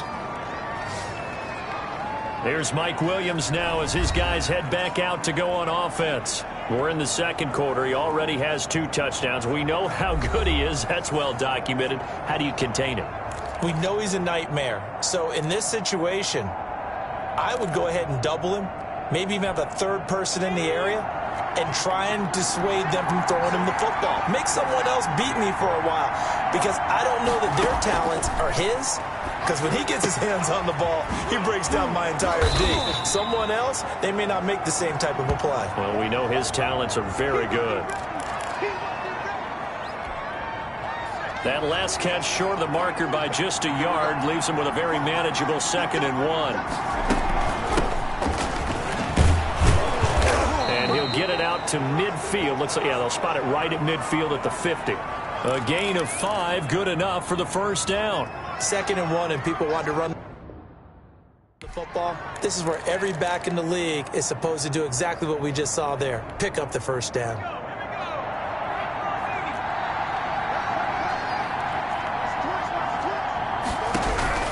From the 50, here's Herbert. Toward the sideline, that's taken in by Allen. And he's able to take it across midfield before going out of bounds. They'll contain him to just 4. 2nd down. People worry about throwing the out route because often it can get jumped, and that can turn into either an incompletion or an interception. But not on that one. Everything came together, and he catches it and goes over the sideline. Justin Herbert looking to throw on 2nd down. Henry's got it out on the left side. And this is going to be another 1st down as they'll make the tackle at the Broncos 28. 18 big yards on that one and a Charger first. And with that completion, he's now north of 200 yards here in the 1st half. Boy, a tough start for the secondary defensively. It is, and it's got to put a dent in their confidence. And, you know, you always want to keep that up and feel like you can always bounce back after plays. But with the kind of numbers he's putting up here, it's starting to wear on him a little bit, I think. So they hit pay dirt, but don't count it yet. There's laundry on the field. We'll see what the penalty flag is about.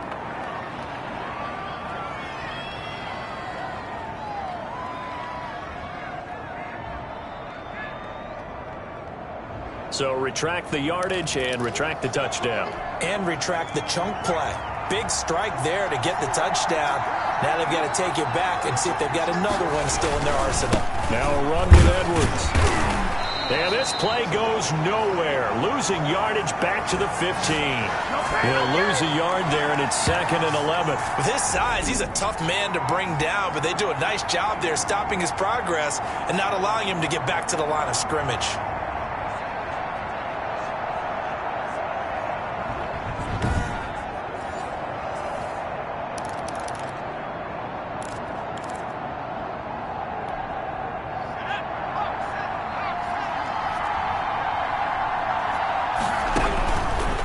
On second down, here's Herbert. Throwing over the middle, but it's incomplete. Mike Williams, the intended target, and it's third down.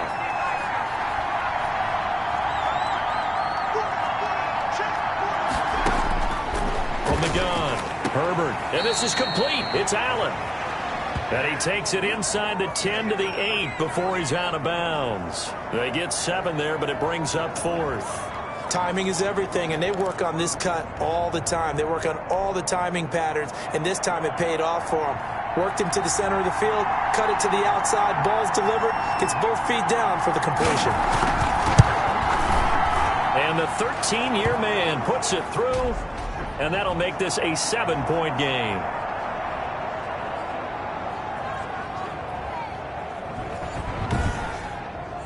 That drive took him inside the 10. Good job defensively to hold him to 3. Yeah, I like how you did that. Give a little tip of the cap to the stop troops there because they didn't give up a touchdown in that situation, right? Made them kick the field goal. And, yeah, points went against them, but that feels a whole lot better running off the field.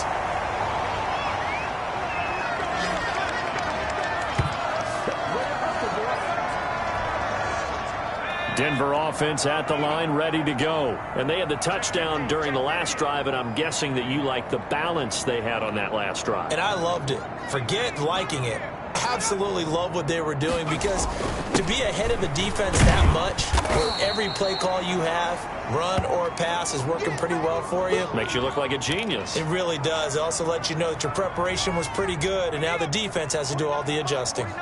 A good run got 7 on first. Here's 2nd and 3. From the gun, here's Hill. Got a man open, it's Sutton. And they work this well upfield across the 45. And we've hit the 2-minute mark in this first half of action.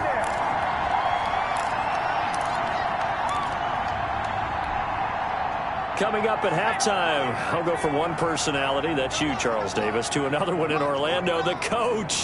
He'll have stats and scores from around the NFL. You and Jonathan Coachman, both larger than life. No doubt about it. But you're stuck with me in this booth, yes, and he's miles away and smiling. And happy. He certainly had a good game throwing the ball so far, but I think he was trying to take that from good to great with that throw, trying to get one downfield. Now a throw here secured by his running back out of the backfield. And he's brought to the ground with another first down at the Chargers' 41-yard line. And this is why trying to cover the angle route is so difficult. Anyone playing the linebacker position, when they see a running back out of the backfield widen, because he heads towards the flat first, oftentimes you widen too much and overcommit. He cuts up inside, and that's what we saw there. A nice pickup for a first down. Kenneth Murray, the linebacker, there to make the play defensively. Here's 2nd and 9, just a yard on that last run. Here's Lindsey. And he's able to get most of what he needed on the carry there. 7 yards on the gain, and it's 3rd and 2 now. Good, strong run against the 3-4 set. And that 3-4, you got to have your guys up front eat up a lot of blocks. The guy playing over the center, the nose, he usually has to take on double teams. But when you're able to successfully move him, you're often able to get some yardage. And that's when linebackers have to clean up and make tackles. Now the Broncos going to use the second of their timeouts as they get the stoppage with just under 50 seconds remaining in half number 1.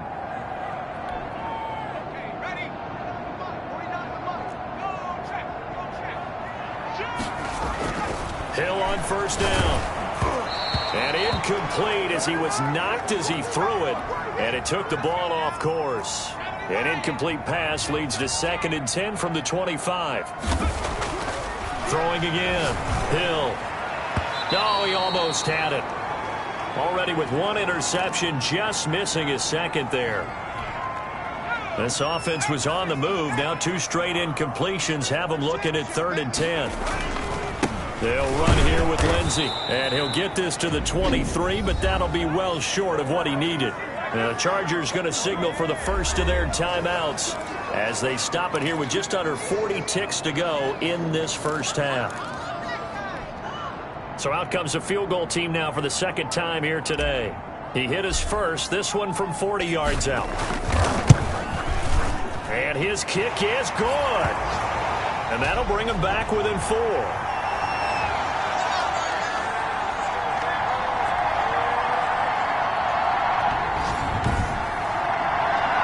field goal there caps what winds up to be an 11-play drive. Well, partner, that's a lot of offense to run there to only get 3 points. So I just wonder, are they going to recycle those plays because they were successful in getting 3?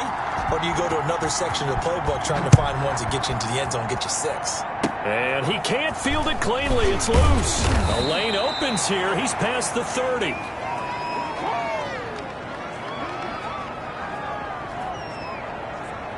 And we spotlight Keenan Allen as he gets set to go back to work.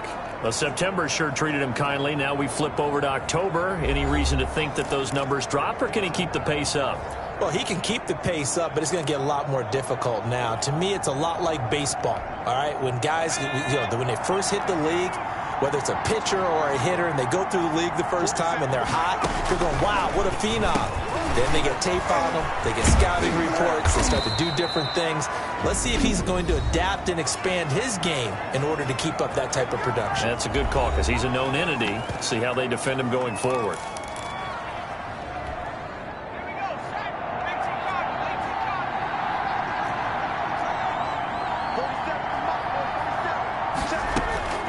Herbert setting up to throw on first down. Throw left side complete. That's Henry. And he's corralled, but not before getting it inside the 35. Another connection between the two. This one good for 12 and a first down. And with just 4 seconds left in this first half, a timeout call. So with 4 seconds to go in the half, here's the field goal unit onto the field. From the left hash, it's an even 50-yard attempt. And that will wind up just short. He had it on line. It ran out of gas at the end. So we've reached halftime in a wild first half. We'll take a minute to catch our breath as we send you on out to our studios in Orlando. Here's Jonathan Coachman at REA Sports Halftime Report. Okay, Brandon, thank you very much. More from you two in just a bit. But first, let's get everybody caught up with what's going on around the NFL here in Week 5. We'll start our tour in the entertainment capital of the world, Las Vegas, Nevada. And it's the Bengals who are out in front. Joe Mixon with a touchdown run. From there, we head down to sunny Miami to check on the Dolphins at home at Hard Rock Stadium. And they were losers in that game as they fall to the visiting Detroit Lions. 28-7, your final score. Finally, let's get to Indianapolis to check on the Colts at home at Lucas Oil Stadium. And they were losers in that game as they fall to the visiting Kansas City Chiefs. 28-7, your final score. Meanwhile, in our game, no shortage of offense as each team has been able to move the ball effectively. Will the defenses show up in the second half? To find out, we give it back to our commentators, Brandon Godden and Charles Davis.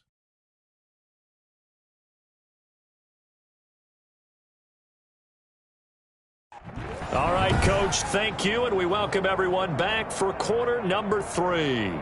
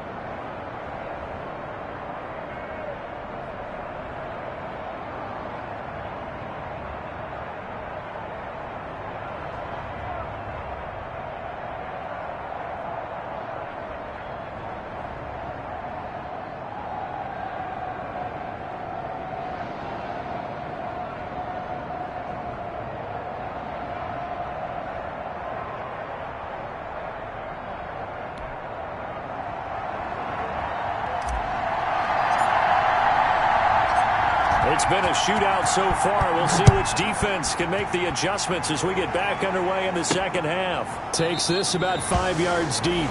And we will not see a return to start the half as this will be a touchback. The attention shifts back to Justin Herbert and the Chargers offense. And really a solid group effort. I mean, the montage focuses on him, and rightfully so, but it's been a good job of a team to get this lead. I'm with you totally on that. I love the observation. Offensive line and people having to protect him, they've really been in sync and been on point. How about the guys going out and catching the ball? Or the receivers, the running backs, everyone is involved today.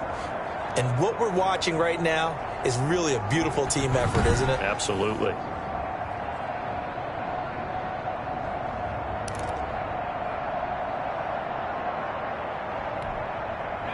The Charger drive about to get going. And the points, they have come fast and furious in this quarter. You really don't want to be on the defensive side of the ball right now, do you? Because you're either thinking, my replacement may get an opportunity. Your head better be on a swivel. Totally. Or maybe I just need to get out of the game for a while because I just can't slow these guys down. They've got to figure out a way to disrupt these offenses. And typically, one guy makes a big play, and that can help change things. They'll be looking for disruption on both sides right now. Looking left side, and he's got a man. It's Clark. 4 yards on the completion, and it sets up a third down.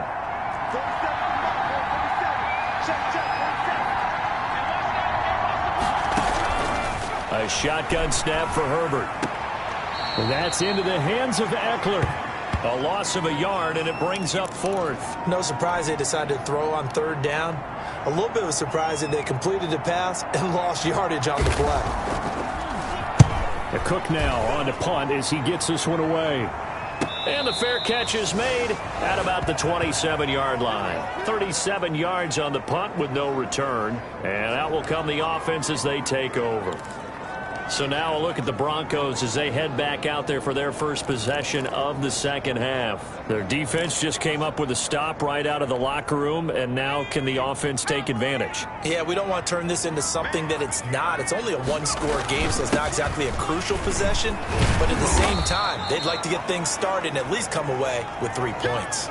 It's a pickup of 4, and it'll bring up second down. End result of that one, a nice 4-yard gain, so you can use that to set up your play-action game, or you can come right back and continue to run the football because as an offensive play caller, you're on schedule and feeling pretty good about your next couple of calls.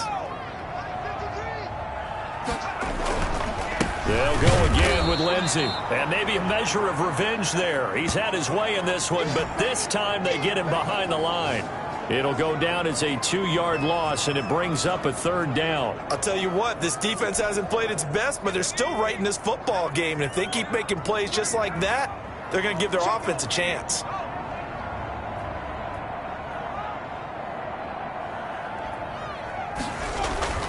Throwing on third down, Hill. He's got a man. It's Sutton. That's complete. And he will have a Broncos first down as they're able to get the third down conversion. Give him 22 there on the third down conversion. That is catch number 300 now for his NFL career.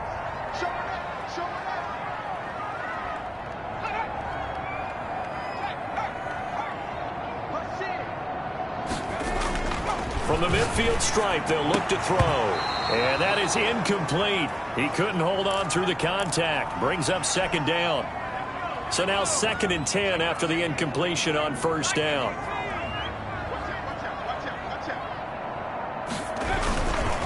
Now it's Lindsey. And he'll be close to a first down at the Chargers 41. That'll leave them with a 3rd and 2 coming up. They got 8 yards there. And there we saw one of the downsides of blitzing during a rundown because sometimes you get out of your gaps. You don't fit the run quite as well because you're headed towards the ball carrier with abandon. 3rd and 2. Hill. He's got his tight end Fant. And he will have a Broncos first down as they're able to get the third down conversion. But forget the run on 3rd and 1. They shock the D and rip off a pretty big play. I love the drive they're working on here because they know they can take the lead with a touchdown. And so far on this drive, so good. They've moved the ball down the field with very little resistance defensively. But they better be prepared for some adjustments to come their way now. So here's a 1st and 10 now, down inside the 20. Now a handoff here to his running back. And he is met in his tracks behind the line of scrimmage. It's a loss of 4 there, bringing up 2nd down.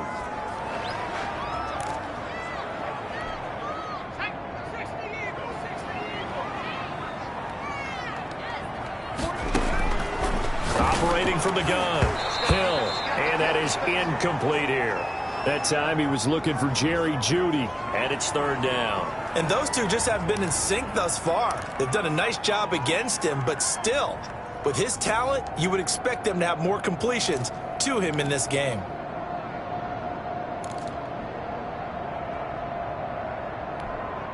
A long way to go here on 3rd down for the 8th play of the drive.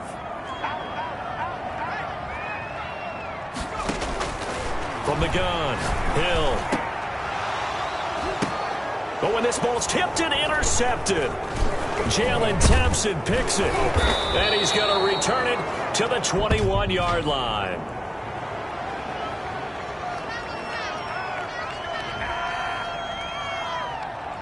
So they lost yardage, and they declined the penalty.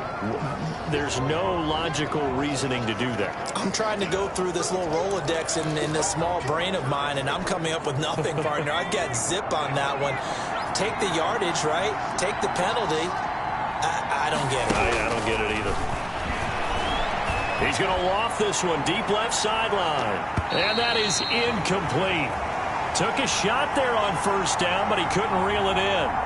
Love the idea, love the concept, but you got to leave a little room on the sideline so he can fade into it when he makes the catch. That was thrown too close to it for the receiver to make a play. From the 21, it's 2nd and 10.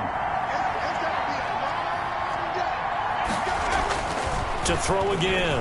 Herbert throwing middle, but it's incomplete. He was looking for his tight end, Hunter Henry, and it'll bring up 3rd down. They have to like what they've done defensively here at the outset of this drive. They forced a couple of incomplete passes, bring up a 3rd and 10. Don't be surprised to bring a little pressure on this snap. An important play right here, 3rd and 10. And I would expect pressure here. Going to throw on 3rd down with Herbert. On the screen, this is Eckler. And he'll get this to the 23, but that'll be well short of what he needed. That's going to bring up 4th down, only a gain of 2 there. Instead of throwing it downfield, Charles, they just tried to dump it underneath there. You like the call? I do. I think it's a high-percentage play because you get the completion, and what you're counting on is your back to use his legs and his elusiveness to make people miss and pick up the 1st down. In this case, it didn't happen. 39 yards on the punt, give him just 1 yard on the return. And possession will switch hands, 1st and 10. The Broncos about set to go on offense. And in enemy territory last time through the interception. We'll see what they do on this drive. Can't wait to see how it alters what they decide to do in play calling. Do they continue to throw the ball? Do they want to lean more on the running game? It'll be an interesting sequence of plays that they've got coming up. Does it often affect the play calling with the interception? How much does that change what you do? I think it does depending on why the interception was thrown. Sometimes it's just a matter of the defense made a great play, so you continue to come back. But if it's on you, if the offense just doesn't have the confidence, if they're a little bit shaky, maybe try and take the pressure off and run the ball a little bit. That's pretty much meat and potatoes right there, wasn't it? Just go right at them and let your big horse charge up the middle. Not too fancy there, was it? Nothing fancy at all, challenging that defense. And on that go-around, the offense won the challenge.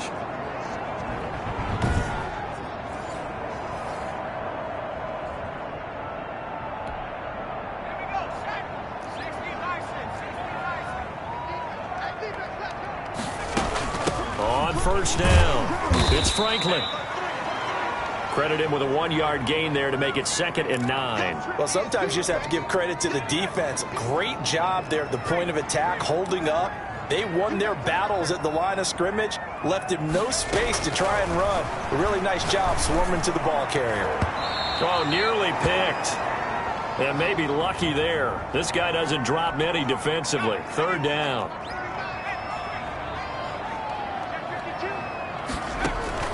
They go play fake, and it's Hill. And he's going to have the hook up to Sutton. And he'll get this one down near the 20-yard line, just shy of the 20. Great way to convert on third down there. 21 yards the play.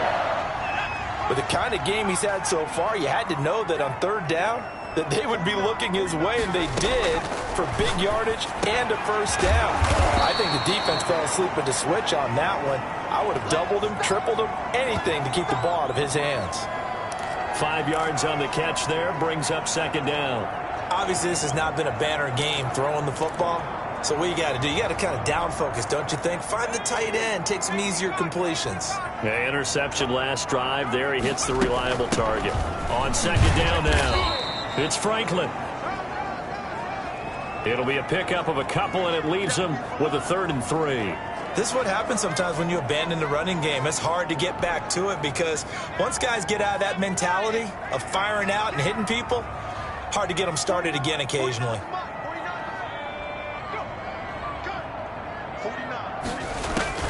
Hill on third down, and that is incomplete. But the passing game right now for them, not overly impressive. Last week he hit on right at 50%. This week he's under 50%. And it's not just on him. Protection, a few breakdowns along the way. That's made him get off the spot. Receiver. And it's intercepted at the goal line. Derwin James with a pick.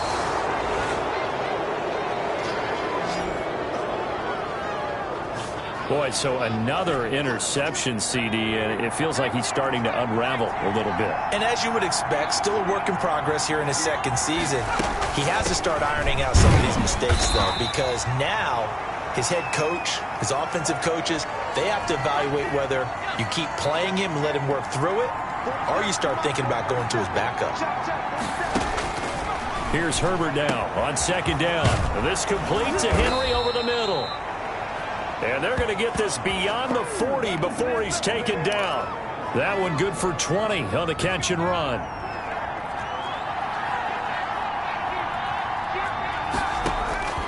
On first down, it's Herbert. Short pass caught by Henry.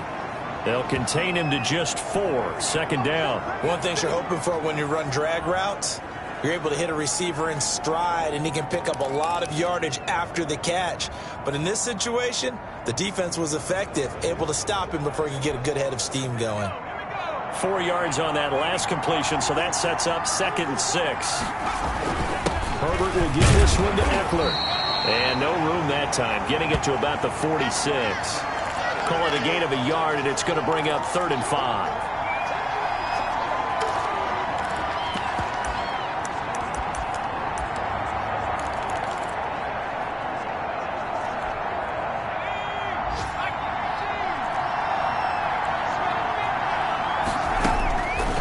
The gun, Herbert. He's going to look downfield for it's caught inside the 25.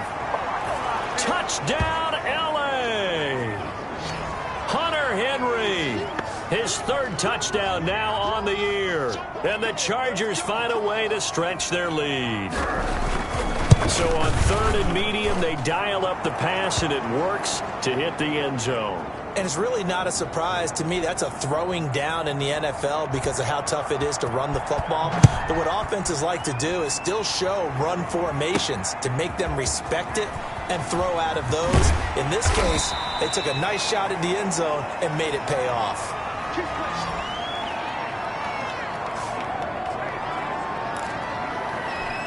So the Broncos coming out now. And they had a nice little drive going last time. Threw the interception in the red zone. Costly. Bad enough to throw it anywhere, but that drives coaches insane when they're thinking about, hey, we've got a shot at points already. We're already in a spot where you're thinking you've got 3 on the board for sure, and to come away with nothing, that's a really tough one for them to swallow. Yeah, will they make up for it? It'll be a gain of 5, but still about 3 yards shy of the first down marker, and now it's 3rd down. Out of the gun, Hill. Oh, he almost intercepted it.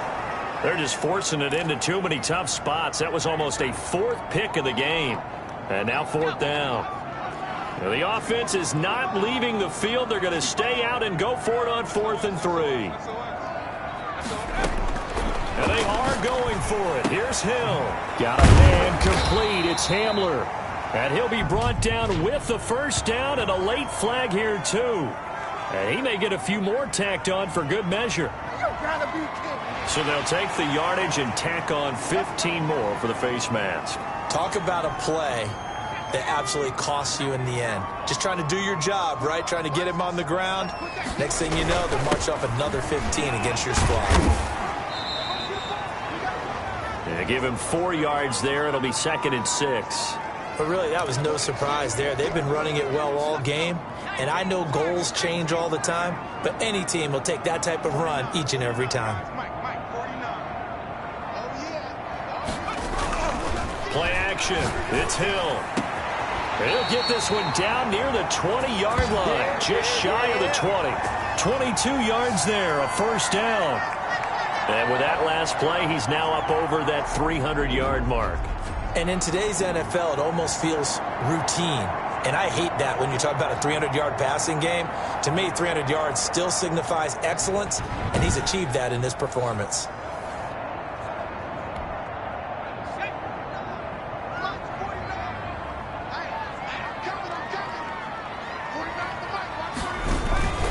They'll run on first down. Lindsey, and he's got 4 down inside the 20 to the 18. Not a whole lot there. The defense was ready, it looked, for that run-pass option. You get the sense that next time he has that opportunity, he may keep it himself and get to the perimeter. Probably owes his back a little bit of an apology on that one, huh? And maybe a measure of revenge there. He's had his way in this one, but this time they get him behind the line. Well, Brandon, he's had a great day, but sometimes the other guys make a play against you. What's that expression they like to use in the NFL? Those guys get paid too, you know. Yeah, in college they say, hey, they're on scholarship too. In the NFL, they're getting paid too. With the day he's had, you can have one go in the wrong direction. Here's play number 7 on the drive. This is 3rd and 7. A shotgun snap for Hill. His throw caught right around the 6. And the Broncos are going to have 1st and goal as they try to finish off this drive with 6 points. They're able to convert on 3rd down, and that sets up a 1st and goal.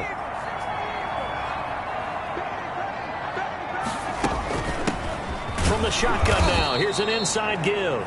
He gets him a little bit closer. He takes it from the 6 inside the 5 to the 4. 2nd and goal from inside the 5.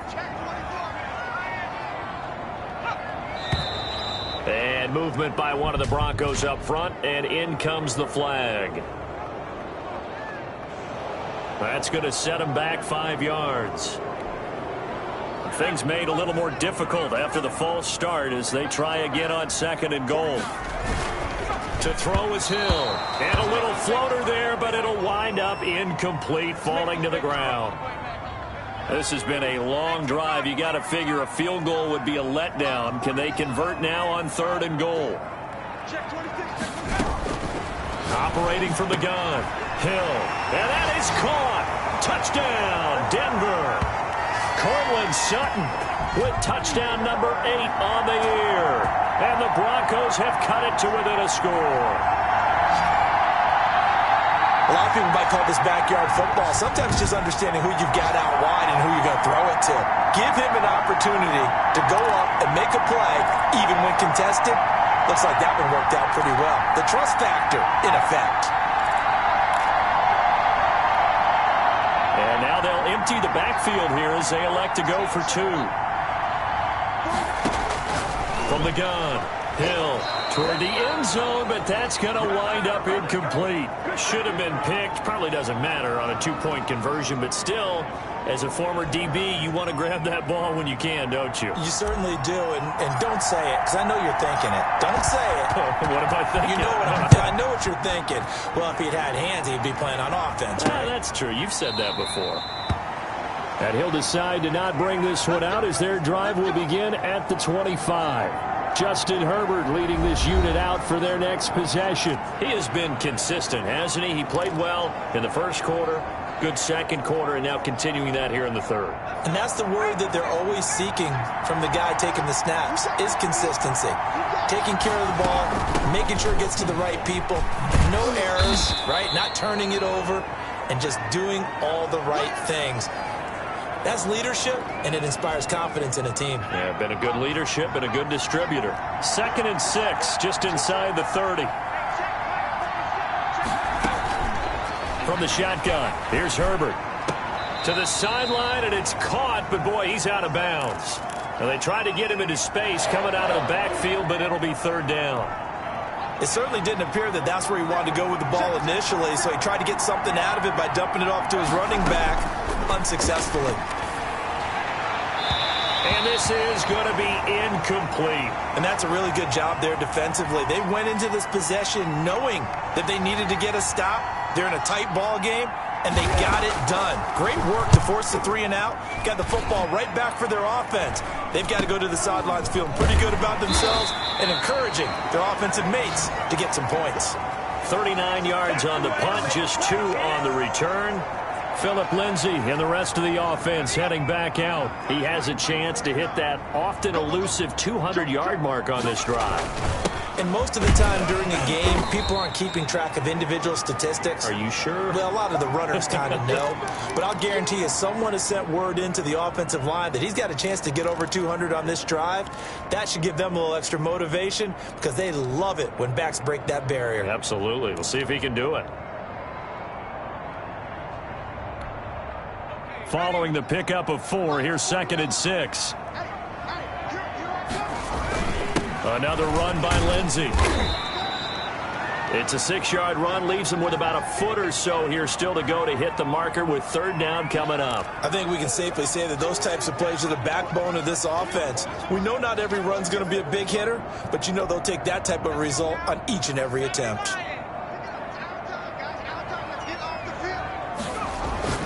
Here's Hill, and that is incomplete. Oh, he had a defender right there with him to force that to the ground, and 4th down now coming up.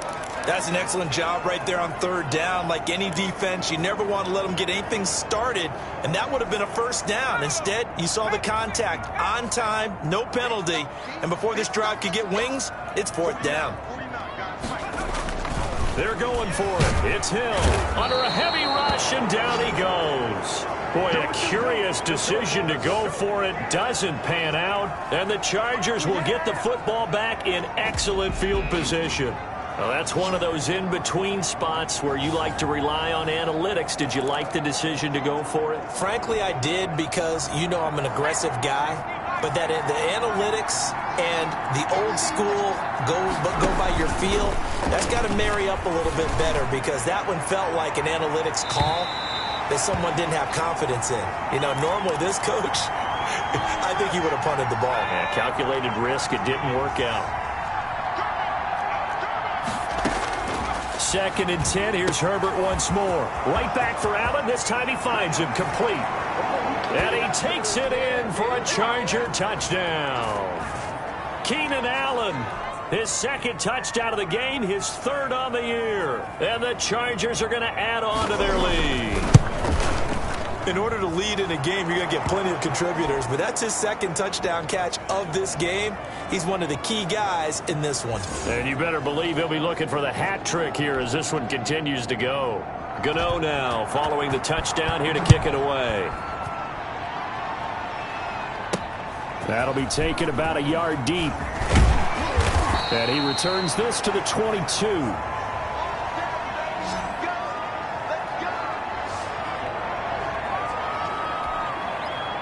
The Broncos onto the field, ready to start their next drive. And last time out, went for it on 4th down, turned it over, gave them great field position, turned into 6 points, so they've got to recover here, Charles. It's amazing what one decision can do in the chain of events, right?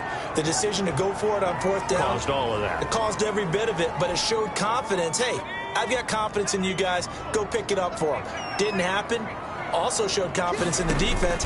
They didn't pick up their end of the bargain, so now they've got to come back out and start over and rebuild that confidence.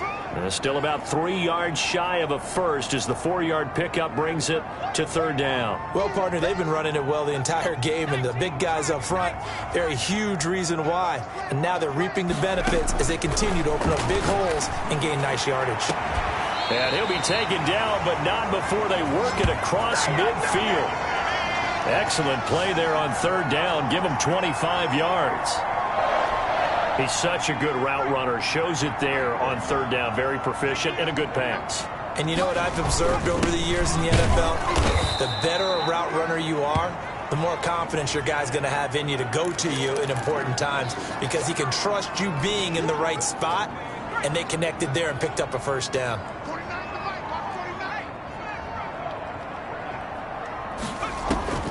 On 2nd and 7, He'll go up top here. Got a man. It's caught inside the 10. And finally down he goes as they work it inside the 10 to the 7. 36 yards on the play.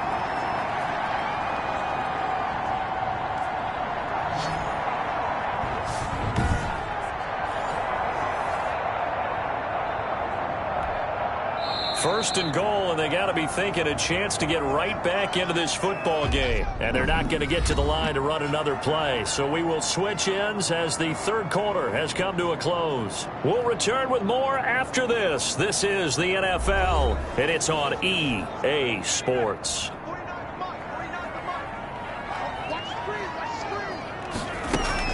They'll try and run for it on first and goal. And this play doesn't go anywhere. Backwards, losing yardage to the 11. Yikes, a 4-yard loss really sets them back now for second down.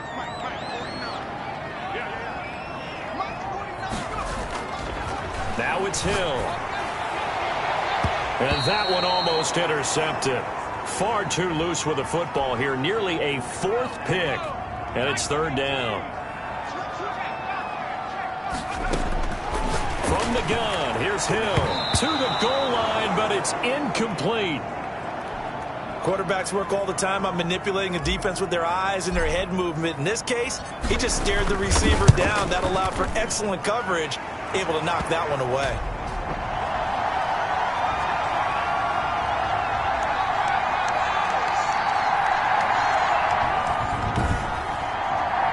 So he remains perfect, 3 for 3 in the field goal department. And it's so important for any offense to have an ace like him up their sleeve, isn't it? Because now you know what his range is, and as soon as your offense gets there, you're pretty much counting on 3 points going up on the board. Now it's Martin to do the honors after the made field goal.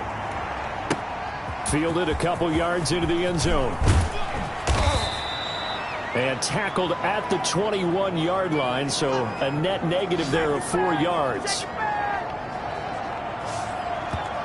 Getting set to go again here on offense, Keenan Allen marches back onto the field. And I know that they've double-teamed him a couple times, but not a ton. Whatever they're doing isn't working. He's up over 100 yards. We'll see how they adjust. And when they do that, they weaken their defense in other places as well. And how many times have we done games where we've seen a guy have a big game like this, but it's usually not by himself, is it? Right. Usually it opens it up for other people to have big games as well.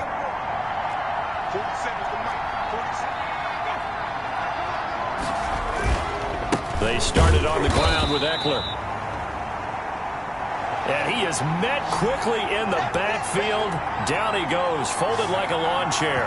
Officially, it's a 1-yard loss. That's going to bring up 2nd and 11. Run blitz there defensively, something we might see more of here in the fourth quarter. I think we'll see a lot of it, and the difference between that and a pass blitz, you're just trying to get to the quarterback. You're trying to scheme someone open who will get to the QB and make sure he gets on the ground. In a run blitz, you're actually trying to cover up gaps, trying to cover up holes so they can't run the football. A loss of a yard there to start out. That leads to a 2nd and 11. Here's Herbert. Oh, it's a screen pass. That's complete. And past the 40 before he's out of bounds. 23 yards to pick up there. Well, probably the only thing he did wrong there was go out of bounds, nursing this fourth quarter lead. You want to stay in, eat the clock. Yeah, you got to love the effort, the catch, the extra yardage, but you got to know the situation. Stay in bounds, young man. And he's got it across midfield and into Denver territory. Just what you want on a first down run. Call it 8 yards, and it's 2nd and 2.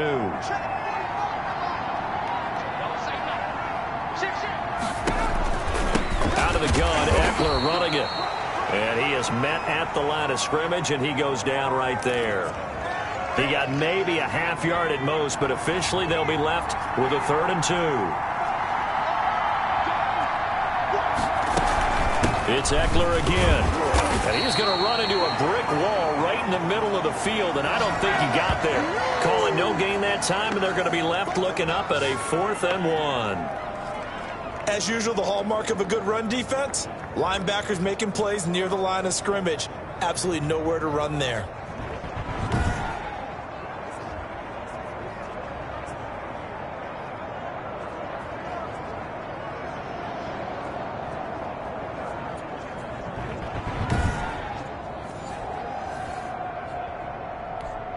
Here's Logan Cook now, as they're forced to kick for the 6th time today.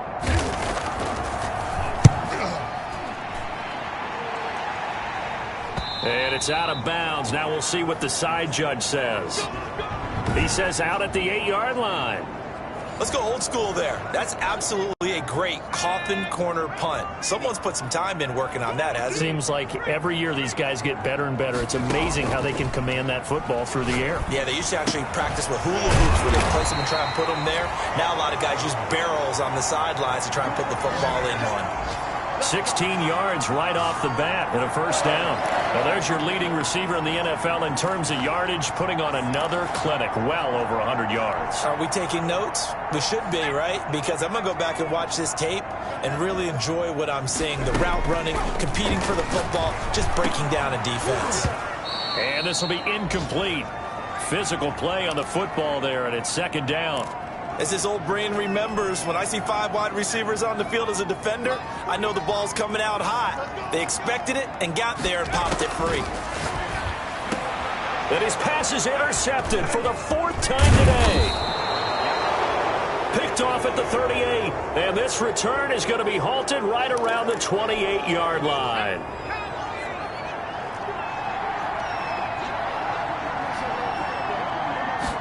And they'll begin by running the option. 2 yards on the pickup there. It'll be 2nd and 8. That was a pretty good job defensively to hold them to a 2-yard run, but I've got to think this offensive line, they're asking their quarterback for a different type of a run, one that they rely on, one they have confidence in, one they feel like they can block. On 2nd down, here's Herbert. He finds his target. It's Schultz. The reception good for 7. It's 3rd down. Another nice pickup through the air, and I think a lot of people might expect them to run the ball in this situation, Brandon, but with this lead, they're electing to throw the football. Swings, slants, quick outs, things that they consider safe. Flag comes in. This might be a free play. And it's complete. Henry. And he will reach the 5-yard line before going out of bounds.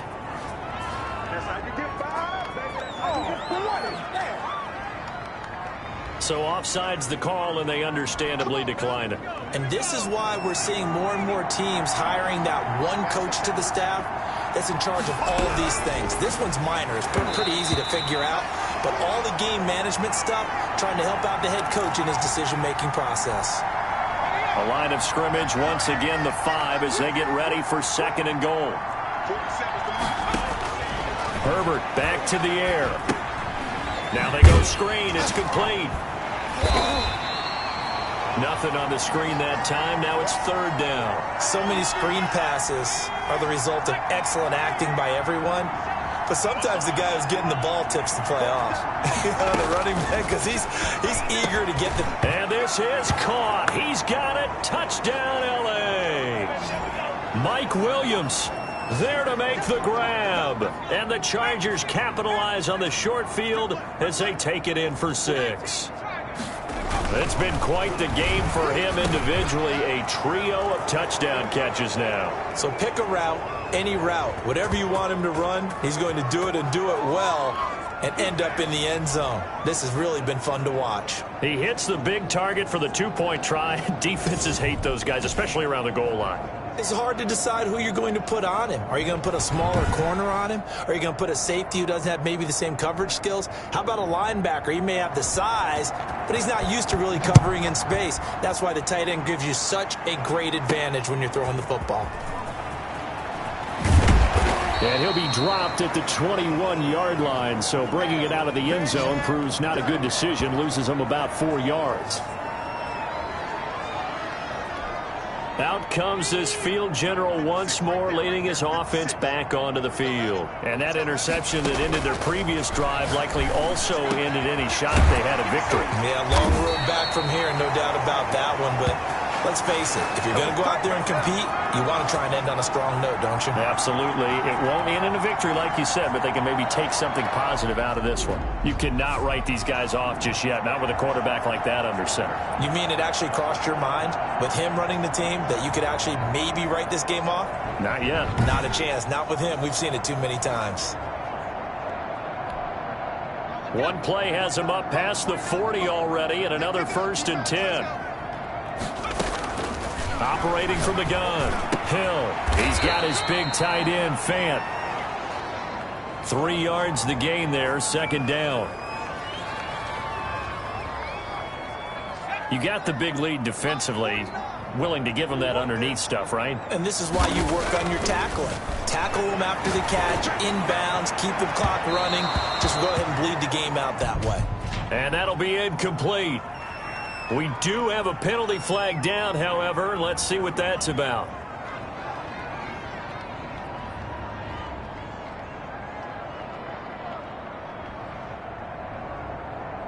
This home crowd, they're happy with that call. I like the way you said happy there, right? The so-called good guys didn't get a call. They feel like it's been that way all afternoon. You feeling their pain? They finally got one. Yes, they did. And he'll get him inside the 15 down to the 14-yard line. After the pickup of 5, here's 2nd and 5.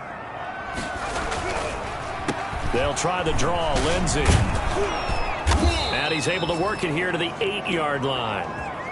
The 6 yards on the pickup, and it leaves him with a 1st and goal. 1st and goal, and they got to be thinking a chance to get right back into this football game. They'll run with Lindsey. And he'll take it into the end zone for a Denver score. Phillip Lindsay, his 9th touchdown of the season. And the Broncos get a bit closer. A strong, determined run there, Charles, to get in for 6 points. This is why it's such a team game, isn't it? And I know it sounds really generic and it sounds almost trite, but the blocks were made up front, offensive line, collective victory at the line of scrimmage and downfield. And how about the finish to the run all the way into the end zone? So they go with a pass, and it works there on the 2-point try. Charles, just in general, what are your thoughts passing versus running on 2-point conversion? Situational? It is situational. You have to know your team. What is your strength? Because so many people think you have to throw the ball in a 2-point conversion, but the stats will tell you that running it is about as proficient. So know your team and go to your strength. Now here's Johnson. And a decent return out to the 27-yard line. Come on now, let's make it happen, baby. Let's make it happen. It's time. Here's Mike Williams now as his guys head back out to go on offense. So far, he has the trio of touchdowns. Obviously, it's been a pretty good game for him. So if this were hockey, they'd be throwing their hats out on the ice for the hat trick, right? I'm not sure exactly what you do in the NFL except applaud and continue to hope you see a little bit more of this. What a tremendous game. You want to start a new tradition? What can we throw on the field? I don't know. Throw your mic out there. A lot of fans would like that. Cut his mic off. 3 touchdowns so far. And that is incomplete. A lot of force bearing down on him there. He could not hang on. It's 3rd down. After an incomplete pass on 2nd down, that'll leave him trying to convert on 3rd and 9. Herbert. That's incomplete, but there is a flag down, so hang on. A big call coming on 3rd down.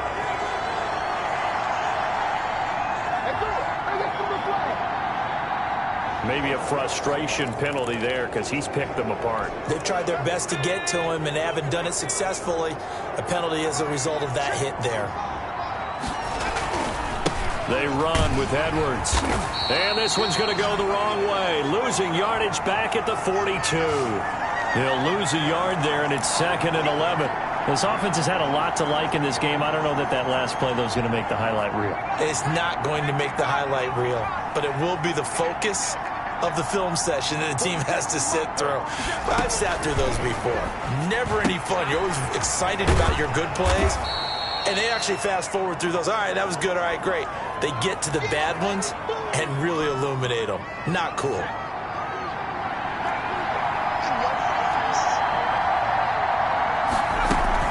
They'll try and run for the first with Edwards. And that one going nowhere from the start as he's met in the backfield and goes backwards. Tough sledding. They lose a yard there on third. Just a simple run play there on 3rd and 1, but this D was up to the challenge and stopped them, bringing up 4th down. Here's Logan Cook now as he's on to punt for L.A.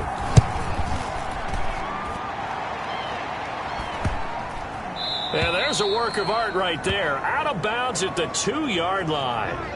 Now, if you're a fan of punting, this game's for you. He's been out there quite a bit. That one may be his best yet. Yeah, he certainly got his leg loose by now. It kind of reminds me of my college football coach, John Majors. He loved the punting game because he liked the positioning, the field position, and he loved to play defense. From the end zone, Hill on the slant, completes to Sutton. And he's able to get this across the 10 before being taken down. They needed some breathing room. He gave it to him. 11 yards and a first down. From the gun, Hill. And that's going to be incomplete. Too tough to hold on to that one. It's 2nd down. After the incomplete pass, here now is 2nd and 10. Throwing again, Hill. And his throw's going to be incomplete. I think you put just a little bit too much heat on that one. When you throw it to the outside, you do have to be careful because you got to keep it away from the defender, but you also have to give your own guy a chance too. Throwing on 3rd down, Hill. He's got his tight end fan. And they work this well upfield across the 45. A great pickup there, 35 yards, and obviously the first down to go along with it. Well, if you're a fan of offensive football, this game is for you because this one's been much more like a tennis match than a football game. Back and forth, and there's another example right there of another big play in the passing game. And that is incomplete. He couldn't hold on through the contact. Brings up 2nd down. K.J. Hamler, the intended receiver, and that'll bring up 2nd down.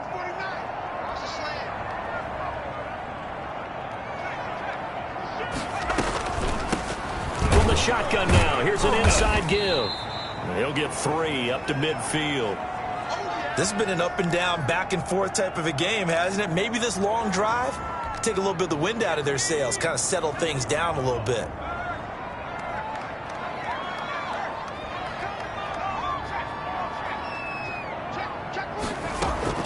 From the midfield stripe, they'll look to throw. And he's brought to the ground with another first down at the Chargers' 30. A good pickup there of 20 yards. And a 2-score game, obviously, every play, every 3rd down, like we saw there, magnified. Big pickup. It was a huge pickup. What they really want, though, is to not even get to 3rd down. They've got to maximize time and conserve as much as possible. They'll let this go deep for Sutton. And this is caught for a Bronco touchdown. Cortland Sutton. His 2nd touchdown of the game and his 9th on the year. And the Broncos draw a bit closer. And it was a tight window. He knew he had to rocket that thing in there. He got it done. And when you're able to complete one like that, your confidence has to just go sky high. You just mentioned it. Tight window, zings it in there despite excellent coverage. Result, touchdown. All right, now a big 2-point conversion attempt still to come.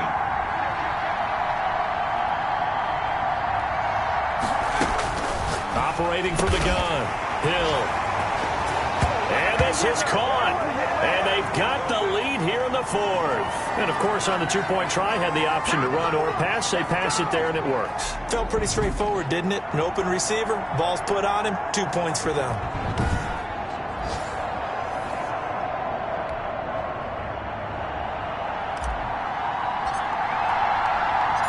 So after the touchdown, Martin now on to kick this one away. Returning it, Johnson. And out a little across the 25 to the 27.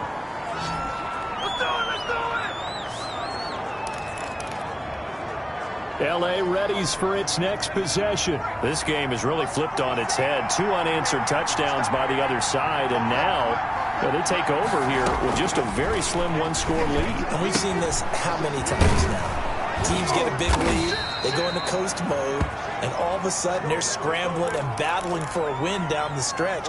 They've got to put something together right here, otherwise they're in danger of doing the old snatching defeat from the jaws of victory. On second down, it's Edwards. A gain of 5, good enough for the first down. 2nd and 1 is often an invitation to take the big shot downfield. I'll bet the offensive lineman said, "Are you kidding? We just get on our backs and let's go get the first down." They love being physical. And they'll let the quarterback keep it here on 1st and 10. And the Broncos get there and take him down. Jarrell Casey able to collapse the pocket, get to him, and drop him for a loss of a yard. How many times have we sat with coordinators, and especially the defensive guys, they've talked about big plays, sacks. They often come in bunches.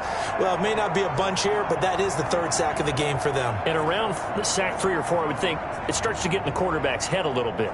Not just the quarterback, the offensive play caller, the offensive line, knocks people off balance and changes what they normally do. Under 4 to go now as the clock runs and they come up on 2nd down. Herbert now setting up the screen here to Edwards. And he'll be out of bounds after getting this one across the 40. I wonder what was going through his mind when he got the play call. He just got sacked on the previous play. He knows they're coming after him again. A little bit of guts to stand in there, take the hit, and successfully complete the screen pass. Really well done.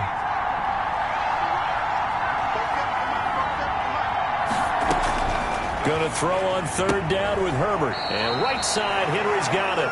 And he's able to get this one out closer to midfield across the 45. They stop him for only 3 that time, and that'll bring up 4th down. I hate to surrender the football when you're nursing a slim lead, but they're going to have to punt it away. Trust that defense.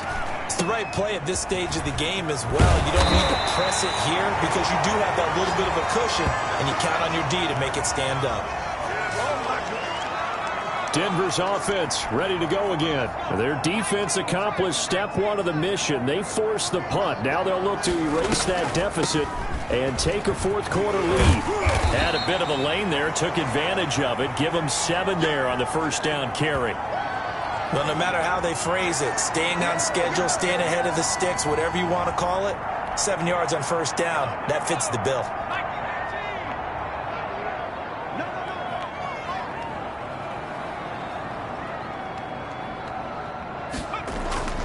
They'll keep it on the ground. This time it's Gordon. Across the 30 to the 31-yard line. Just a couple on the pickup there, and now it's 3rd down. Pretty good job defensively. Thought he was going to get it, but they knew where that marker was, and they stopped him just short of it. What it does is emphasize that strategic football and situational football is not just played on the offensive side, is it? Defense understanding, as you noted, where the 1st down marker was and making sure they didn't get there. Just a gain of a couple, but good enough to keep the drive rolling. On 3rd down, that's a good job of situational football and understanding where the 1st down marker was and getting there. On 1st down, it's Hill. And this will be incomplete. Physical play on the football there, and it's 2nd down. Normally being a big-bodied receiver plays to their advantage downfield. Go up and make the catch, take the hit, and pick up yardage. But in this case, the hit was timed really well and popped it free from his grasp. 2nd and 10 from the 33-yard line. To throw again. Hill. This is the tight end Fant. 9 yards, not quite enough, and they'll be left now with 3rd and 1. Tell you what, he's been able to put the ball in some tight spots all game long. That throw, no different. Yeah, a lot of people would call it a gutsy type of a throw. I think he looks at it as, I can do it, so it's not that big of a deal to me, and I'm going to keep firing. 4th quarter, 2 minutes on the clock in a tight 1-point game.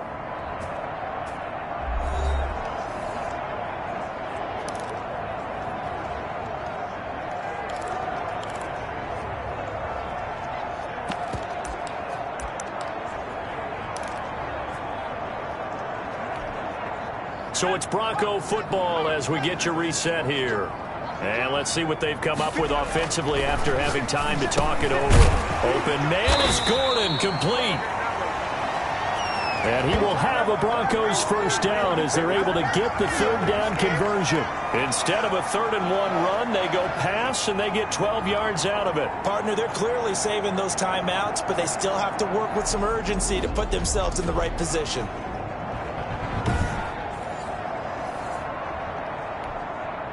We saw a number of good games earlier today. This one might top all of those. It's been a dandy as we come up on 1st and 10. Give him 3 on first down. It'll set up a 2nd and 7. I like it. I like the call. Still an opportunity to run the football and chew up a little more time off the clock. And he's dropped right at the 40. Gain of 3. I like the call there because that was one to take time off the clock and get them closer to getting out of here with a W. In the mind of the play caller, all you want to hear is tick, tick, tick. Oh, and they had him stopped short of the first, but a penalty marker down. And that looked like a clear face mask to me. That's not good enough, man. Well, when you're leading in the 4th quarter, that's not the penalty you want. Not at all, and now your discipline comes into question.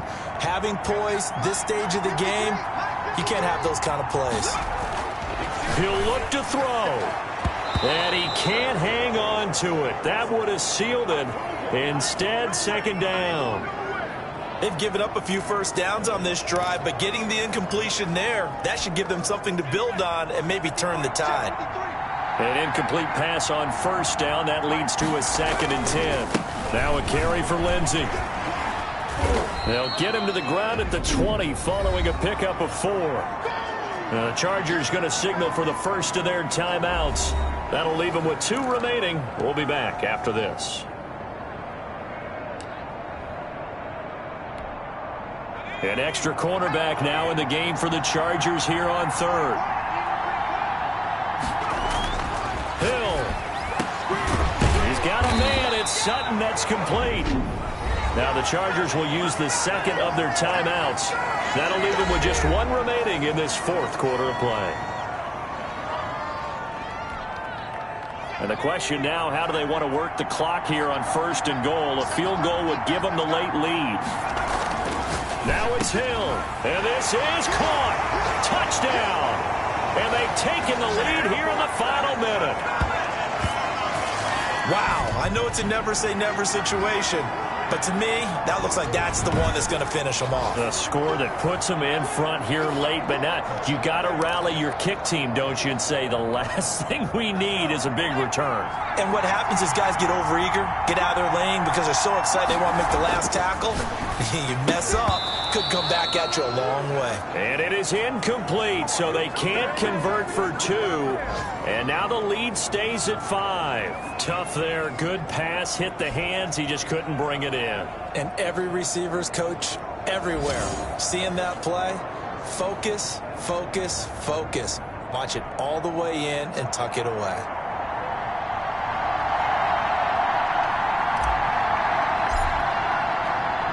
Here's Martin now following the score as he'll send this one away.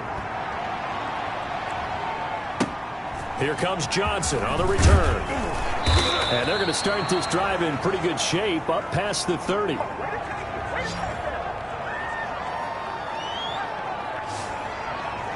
Herbert and the Chargers down by 5. A little under 40 seconds to go. How will this thing pan out? We'll watch as they come up on first down.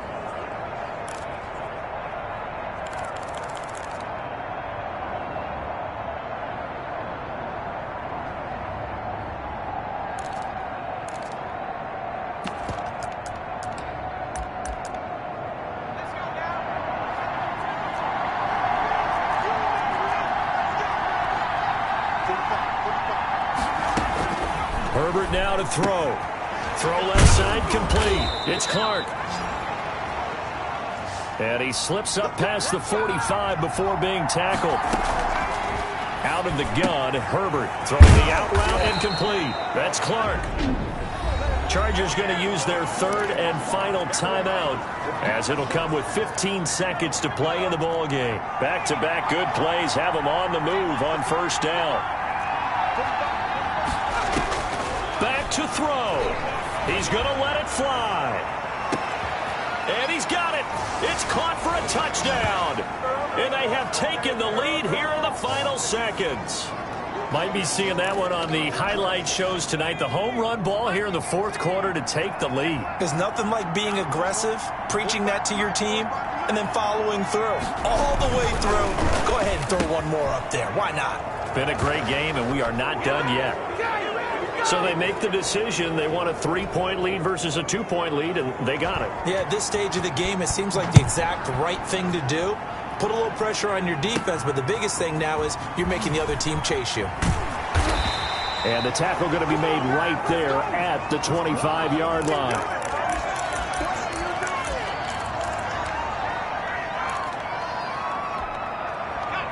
Denver offense at the line, ready to go. This is just an exercise in futility. Do you even bother running a play here offensively? I wouldn't, because now is not going to erase what's happened during the game. So after it's over, you're going to go to the film, find out where the game was really lost. But this is not a situation now where you're going to make up for anything. We'll see what they do here. An incomplete pass leads to 2nd and 10 from the 25. One last throw here for Hill. Got a man open, it's Sutton. And they work this well upfield across the 45. Well, going into the final play of this game, they knew that they needed some type of a miracle there at the very end, but they couldn't get it done. However, we were treated to really a spectacular affair. Even though they didn't finish it off, you're exactly right. They took us down to the last play. You were wondering, could it happen? Possibly, even though we both knew it was a long shot. So for the Chargers, they move back over 500 at 3-2 now on the year. And they will be at home for one next week against the Las Vegas Raiders. Meanwhile, for the Broncos, they drop below 500 to 2-3 with a loss. And they'll get a home date next week against the Kansas City Chiefs. So for Charles Davis and our entire crew, I'm Brandon Gaudin. Next game, guess what? Charles and I will be here again. It's the NFL on EA Sports.